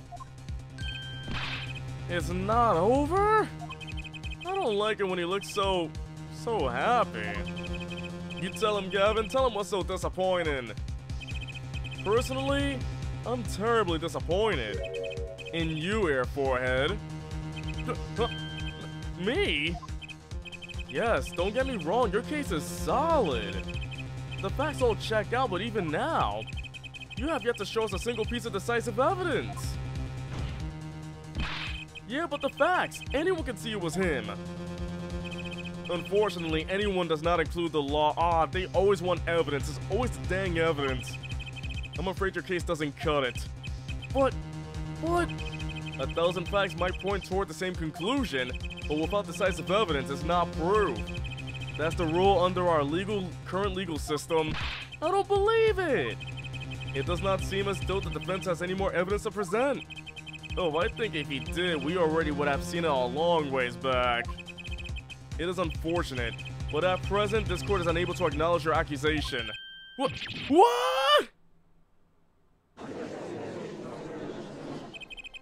Phoenix Wright said dismantle the legal system, board by board. I'm trying to remember that SpongeBob thing where he's like, dismantle the oppression board by board. Like he was tearing up the Krusty Krab, doing everything about unionization, I think. The establishment. No, at the end. The truth is staring us all right in the face. Why can't they see it? What's the point of a legal system that protects criminals? Anything you want to tell me about this, the USA? Apollo, remember what Daddy said? It won't be easy proving he did it, especially not under the current legal court system. So what do I do? Like I said, good luck. And be aware that it will be impossible to prove his guilt by conventional methods. You gotta kill him yourself. Every man has an igniter inside him. Find Dorian Cress's igniter and blow up his heart. I wonder what he meant by every man's igniter. I think he just meant a weak spot, no? No, he said burn up the heart. The kind of thing that a single spark can turn into a wildfire of emotion. I won't be able to press him further by conventional means. I've got to find a weak spot in this guy. Something fatal. So can I get back to work now or what? It may look like I got a lot of time on my hands, but I got no more time to play pretend with this deadweight attorney. Well, Mr. Justice, we've come this far without decisive evidence. This witness won't be coming back to the stand once we let him go. Every man has an igniter. Huh? Didn't you say the better the guitar, the brighter it burns, Prosecutor Gavin? Ah, yes, good guitars are kept dry is why. That provides the best sound. Even a small spark could cause irreparable damage. Your plan has igniter in it too, Detective. It was there from the very beginning. What? Fighting time, Justice. If you blow this one, you'll be out of your hands for good. Go for Apollo. What, and this igniter's supposed to come burn me up? That's almost poetic there, Mr. Attorney. All the better, I'm rather fond of poetry. And I intend to hear this one through to the very end. Air Forehead, you are accusing this man, Dorian Crescent, of 2 crimes. The murder of Mr. Latouche and the smuggling of a cocoon. This is your last chance to prove your case. This trial has already run on for far too long. Mr. Justice, this will be my last warning. The moment this igniter of yours turns out to be a dud is the moment this cross-examination ends. Understood? Yes, Your Honor. Then let's have it. Show us the basis for these accusations against Dorian Crescent. Okay, this is really my last chance. The key that will take apart Dorian Crescent's plan is... a witness? I don't have any evidence, so I think the only thing I can do is call a witness. Your igniter isn't a piece of evidence. Oh, so what is? I gotta get Machi to confess. It is true that I couldn't show decisive evidence, but perhaps what I needed to prove my case was something else. You mean a witness? Proving his guilt is a tall order, but I've got just a person to do it. Very well, Mr. Justice. Who is this person who can prove Dorian Crescent's guilt? Kid. This kid. 14-year-old Machi Tobaye kid. This young teenager. Cocoon smuggling bandit. Cocoon. Alright, take that. Take that! The one person who can prove Dorian Crescent's guilt is the defendant, Machi Tobaye! You're flying again? Oh, the music's kicking in now. Machi Tobaye was an accomplice to the cocoon smuggling plot. Without him, Dorian Crescent could not have gotten the cocoon. Furthermore, he can easily prove that the one who plotted to smuggle that cocoon is the real criminal in this case. How so? It would require just one of the very cocoons Mr. Latouche was looking for. With the cooperation of the Republic of Borginia, we could burn a cocoon. The burnt cocoon will leave a particular residue. A residue we would, no doubt, also find inside the burnout guitar. Aha, very scientific of you. Emma Sky will be so proud. Thus, if Machi Tobaye acknowledges his agreement with Dorian Crescent concerning the attempted smuggling of a Borginian cocoon, the case is solved. Dorian's laughing again. Your unrelenting passion is remarkable. You really want to get me, don't ya? Too bad you'll never be able to. Why not? The little key tickler won't acknowledge anything. Key tickler? Especially not anything to do with cocoon smuggling. What's this all about? Taking a cocoon out of the country means death. By Borginian law. Yeah, see? If our pianist really was a smuggler, then testifying about it would be suicide. Believe me, he's not talking. But you're wrong, Detective Crescent. What? It's the other way around. If Machi doesn't admit to smuggling here, he's in deep trouble. Huh? How? Look, if Machi admits to smuggling here, then he'll be tried in our courts by our laws. You don't get the death penalty for smuggling in our own country. The victim in this case was an undercover Interpol agent. I'm sure that news has already reached Borginia, and they'll likely broadcast our dealings in court today, including the part about the Borginian cocoon. Yeah, but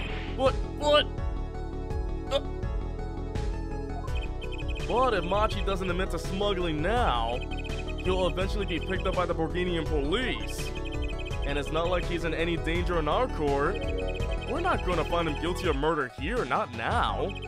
Yeah, but you can't do this. You can't accuse me. Maybe the law doesn't allow it, but who's gonna think you're really innocent after hearing this trial? The same goes for Machi Tobaye. The cocoon smuggling, your entire plan. Machi Tobaye knows everything. There's only one way out of it for him, and that's to acknowledge his own crime. The crime of cocoon smuggling! He's still acting cool, I guess? Don't worry, dear. I'll get you out of the country. I'll set you up someplace. A hidden mansion? Real nice. You want a house made out of cookies? Or no, a house made out of pianos? Come on. Please! Don't tell!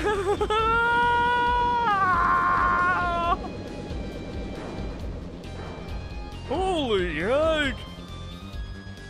He cracked! He cracked! Then of course he's gotta steal the spotlight.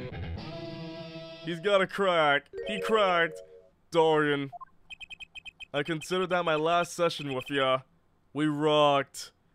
But yeah, I can see why. He wanted him not to talk and move him away somewhere safely. That would be, yeah, like, he would do anything just to make him not talk. But then if Borginian police eventually find Machitabaye, he would end up dead. But if he were tried here and wherever the heck we are, he won't die. But holy heck, he was like, he was rocking his hair. I'm guessing we can treat that outburst as a confession? Uh-oh, he's laughing again. There's a kind of sick desperation in it now, though. Holy heck. Is this the end? Did we do it? Well, have you been listening to today's trial? Yes. And you'll talk? You tell this court everything? I didn't want it to turn out this way, but I'm not the kind of lawyer that can overlook a crime. Today's trial was all for your benefit, you know. I see no reason why you should hesitate now. I knew from beginning, I knew. Machi. Situation I cannot explain, but money I needed. Very much money. Today's trial raises a delicate issue with our legal system. The only thing definite in a court of law is evidence. This is the golden rule. However, it has become apparent that not all things can be tried by the standard. Should another case of this sort surface, we may have to consider an alternate system by which to administer justice. Anyway, Mr. Machitabaye? Yes? I promise you will receive a fair trial by the laws of our country. And with regards to the current charges for the murder of Mr. Latours, this court is prepared to announce a verdict. Oh! Holy heck, he's gorgeous! What is with those eyes? Oh my goodness. Those are some clear crystal eyes. I thank you. I only lie, but you see truth. You find truth. That's our job. Very well. This court finds the defendant Machitabaye not guilty! Yay! I did it, yay! Court is adjourned. Oh! Roll the tape one more time. You got it! We're rolling the tape one more time. Let's do it right again. Up there, let's get this playing right now. Let's do it! Oh! Okay, that's enough. Zealot, thank you for the $5 tip. I really appreciate it. Thank you so much. I wonder what happened to Machi. Well, he did smuggle a cocoon out of Borginia. I guess there'll be another trial here. All's well that ends well. Phoenix! Daddy! I owe you both my thanks. L'amour? My, is something wrong? I'm sorry, Machi was your partner on stage, your friend. Yes, I thought of him as my own son. Even now I do, yet something got a hold of him, something evil, I see that. And he must pay for what he has done. Is that not how it should be? I'm still sorry. Do not be sorry. You have given me courage. Courage? I am considering an eye operation. Let's see. You should watch the beginning cutscene of Case 4 before ending the stream. If you want to hear my thoughts on it, you can wait until the next stream. I will stream this next week. It was my suggestion, actually. You mean you'll be able to see again? It's funny, I have always been afraid of the light. The light seems so harsh, so unforgiving. According to the doctor, L'amour lost her sight due to some kind of accident. An accident? Because I feel like I don't want to spoil myself before doing Case 4 next time. If I see the beginning cutscene of Case 4, then next time I see it, it's gonna be like, oh, I want this to be completely blind. As you know, I suffer from amnesia. I feared that if I could see, perhaps it would open my eyes to the truth I've been running from. I was scared. You know what changed her mind? Hearing your defense in there today. She could feel your gaze unwavering, always looking straight at the truth. If the light returns to my eyes, I think I will take up painting. Painting? That's right, she's the landscape painter in sound after all. Did she really make a pun? She did. But of course, like, if you really want to get notified, join the Discord. There is a channel called Get Pinged. You'll react to A and B for YouTube and Twitch notifications if you want to get alerted by the Discord bot when I stream, so you don't feel like you're missing anything. Only if you want to.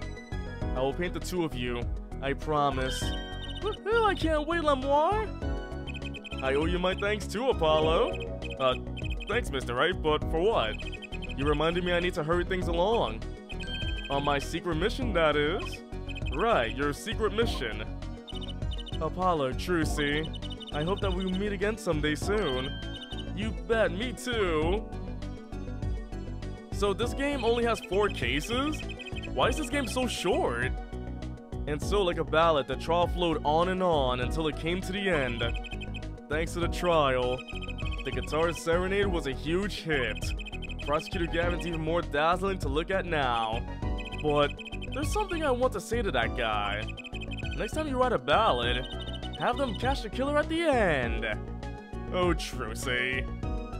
Episode 3, Turnabout Serenade is over!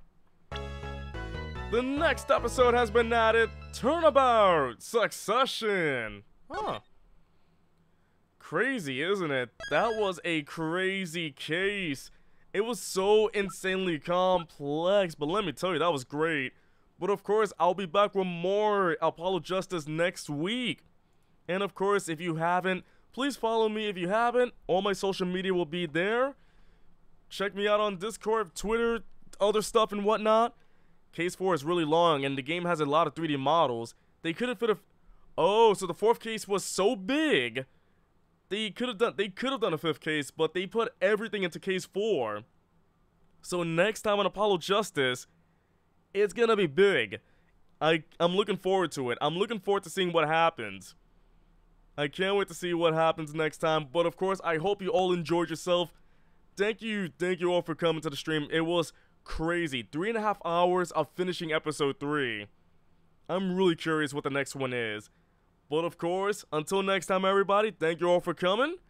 And I hope to catch you next time. I'll be back to stream on Monday. Until then, adios, everybody!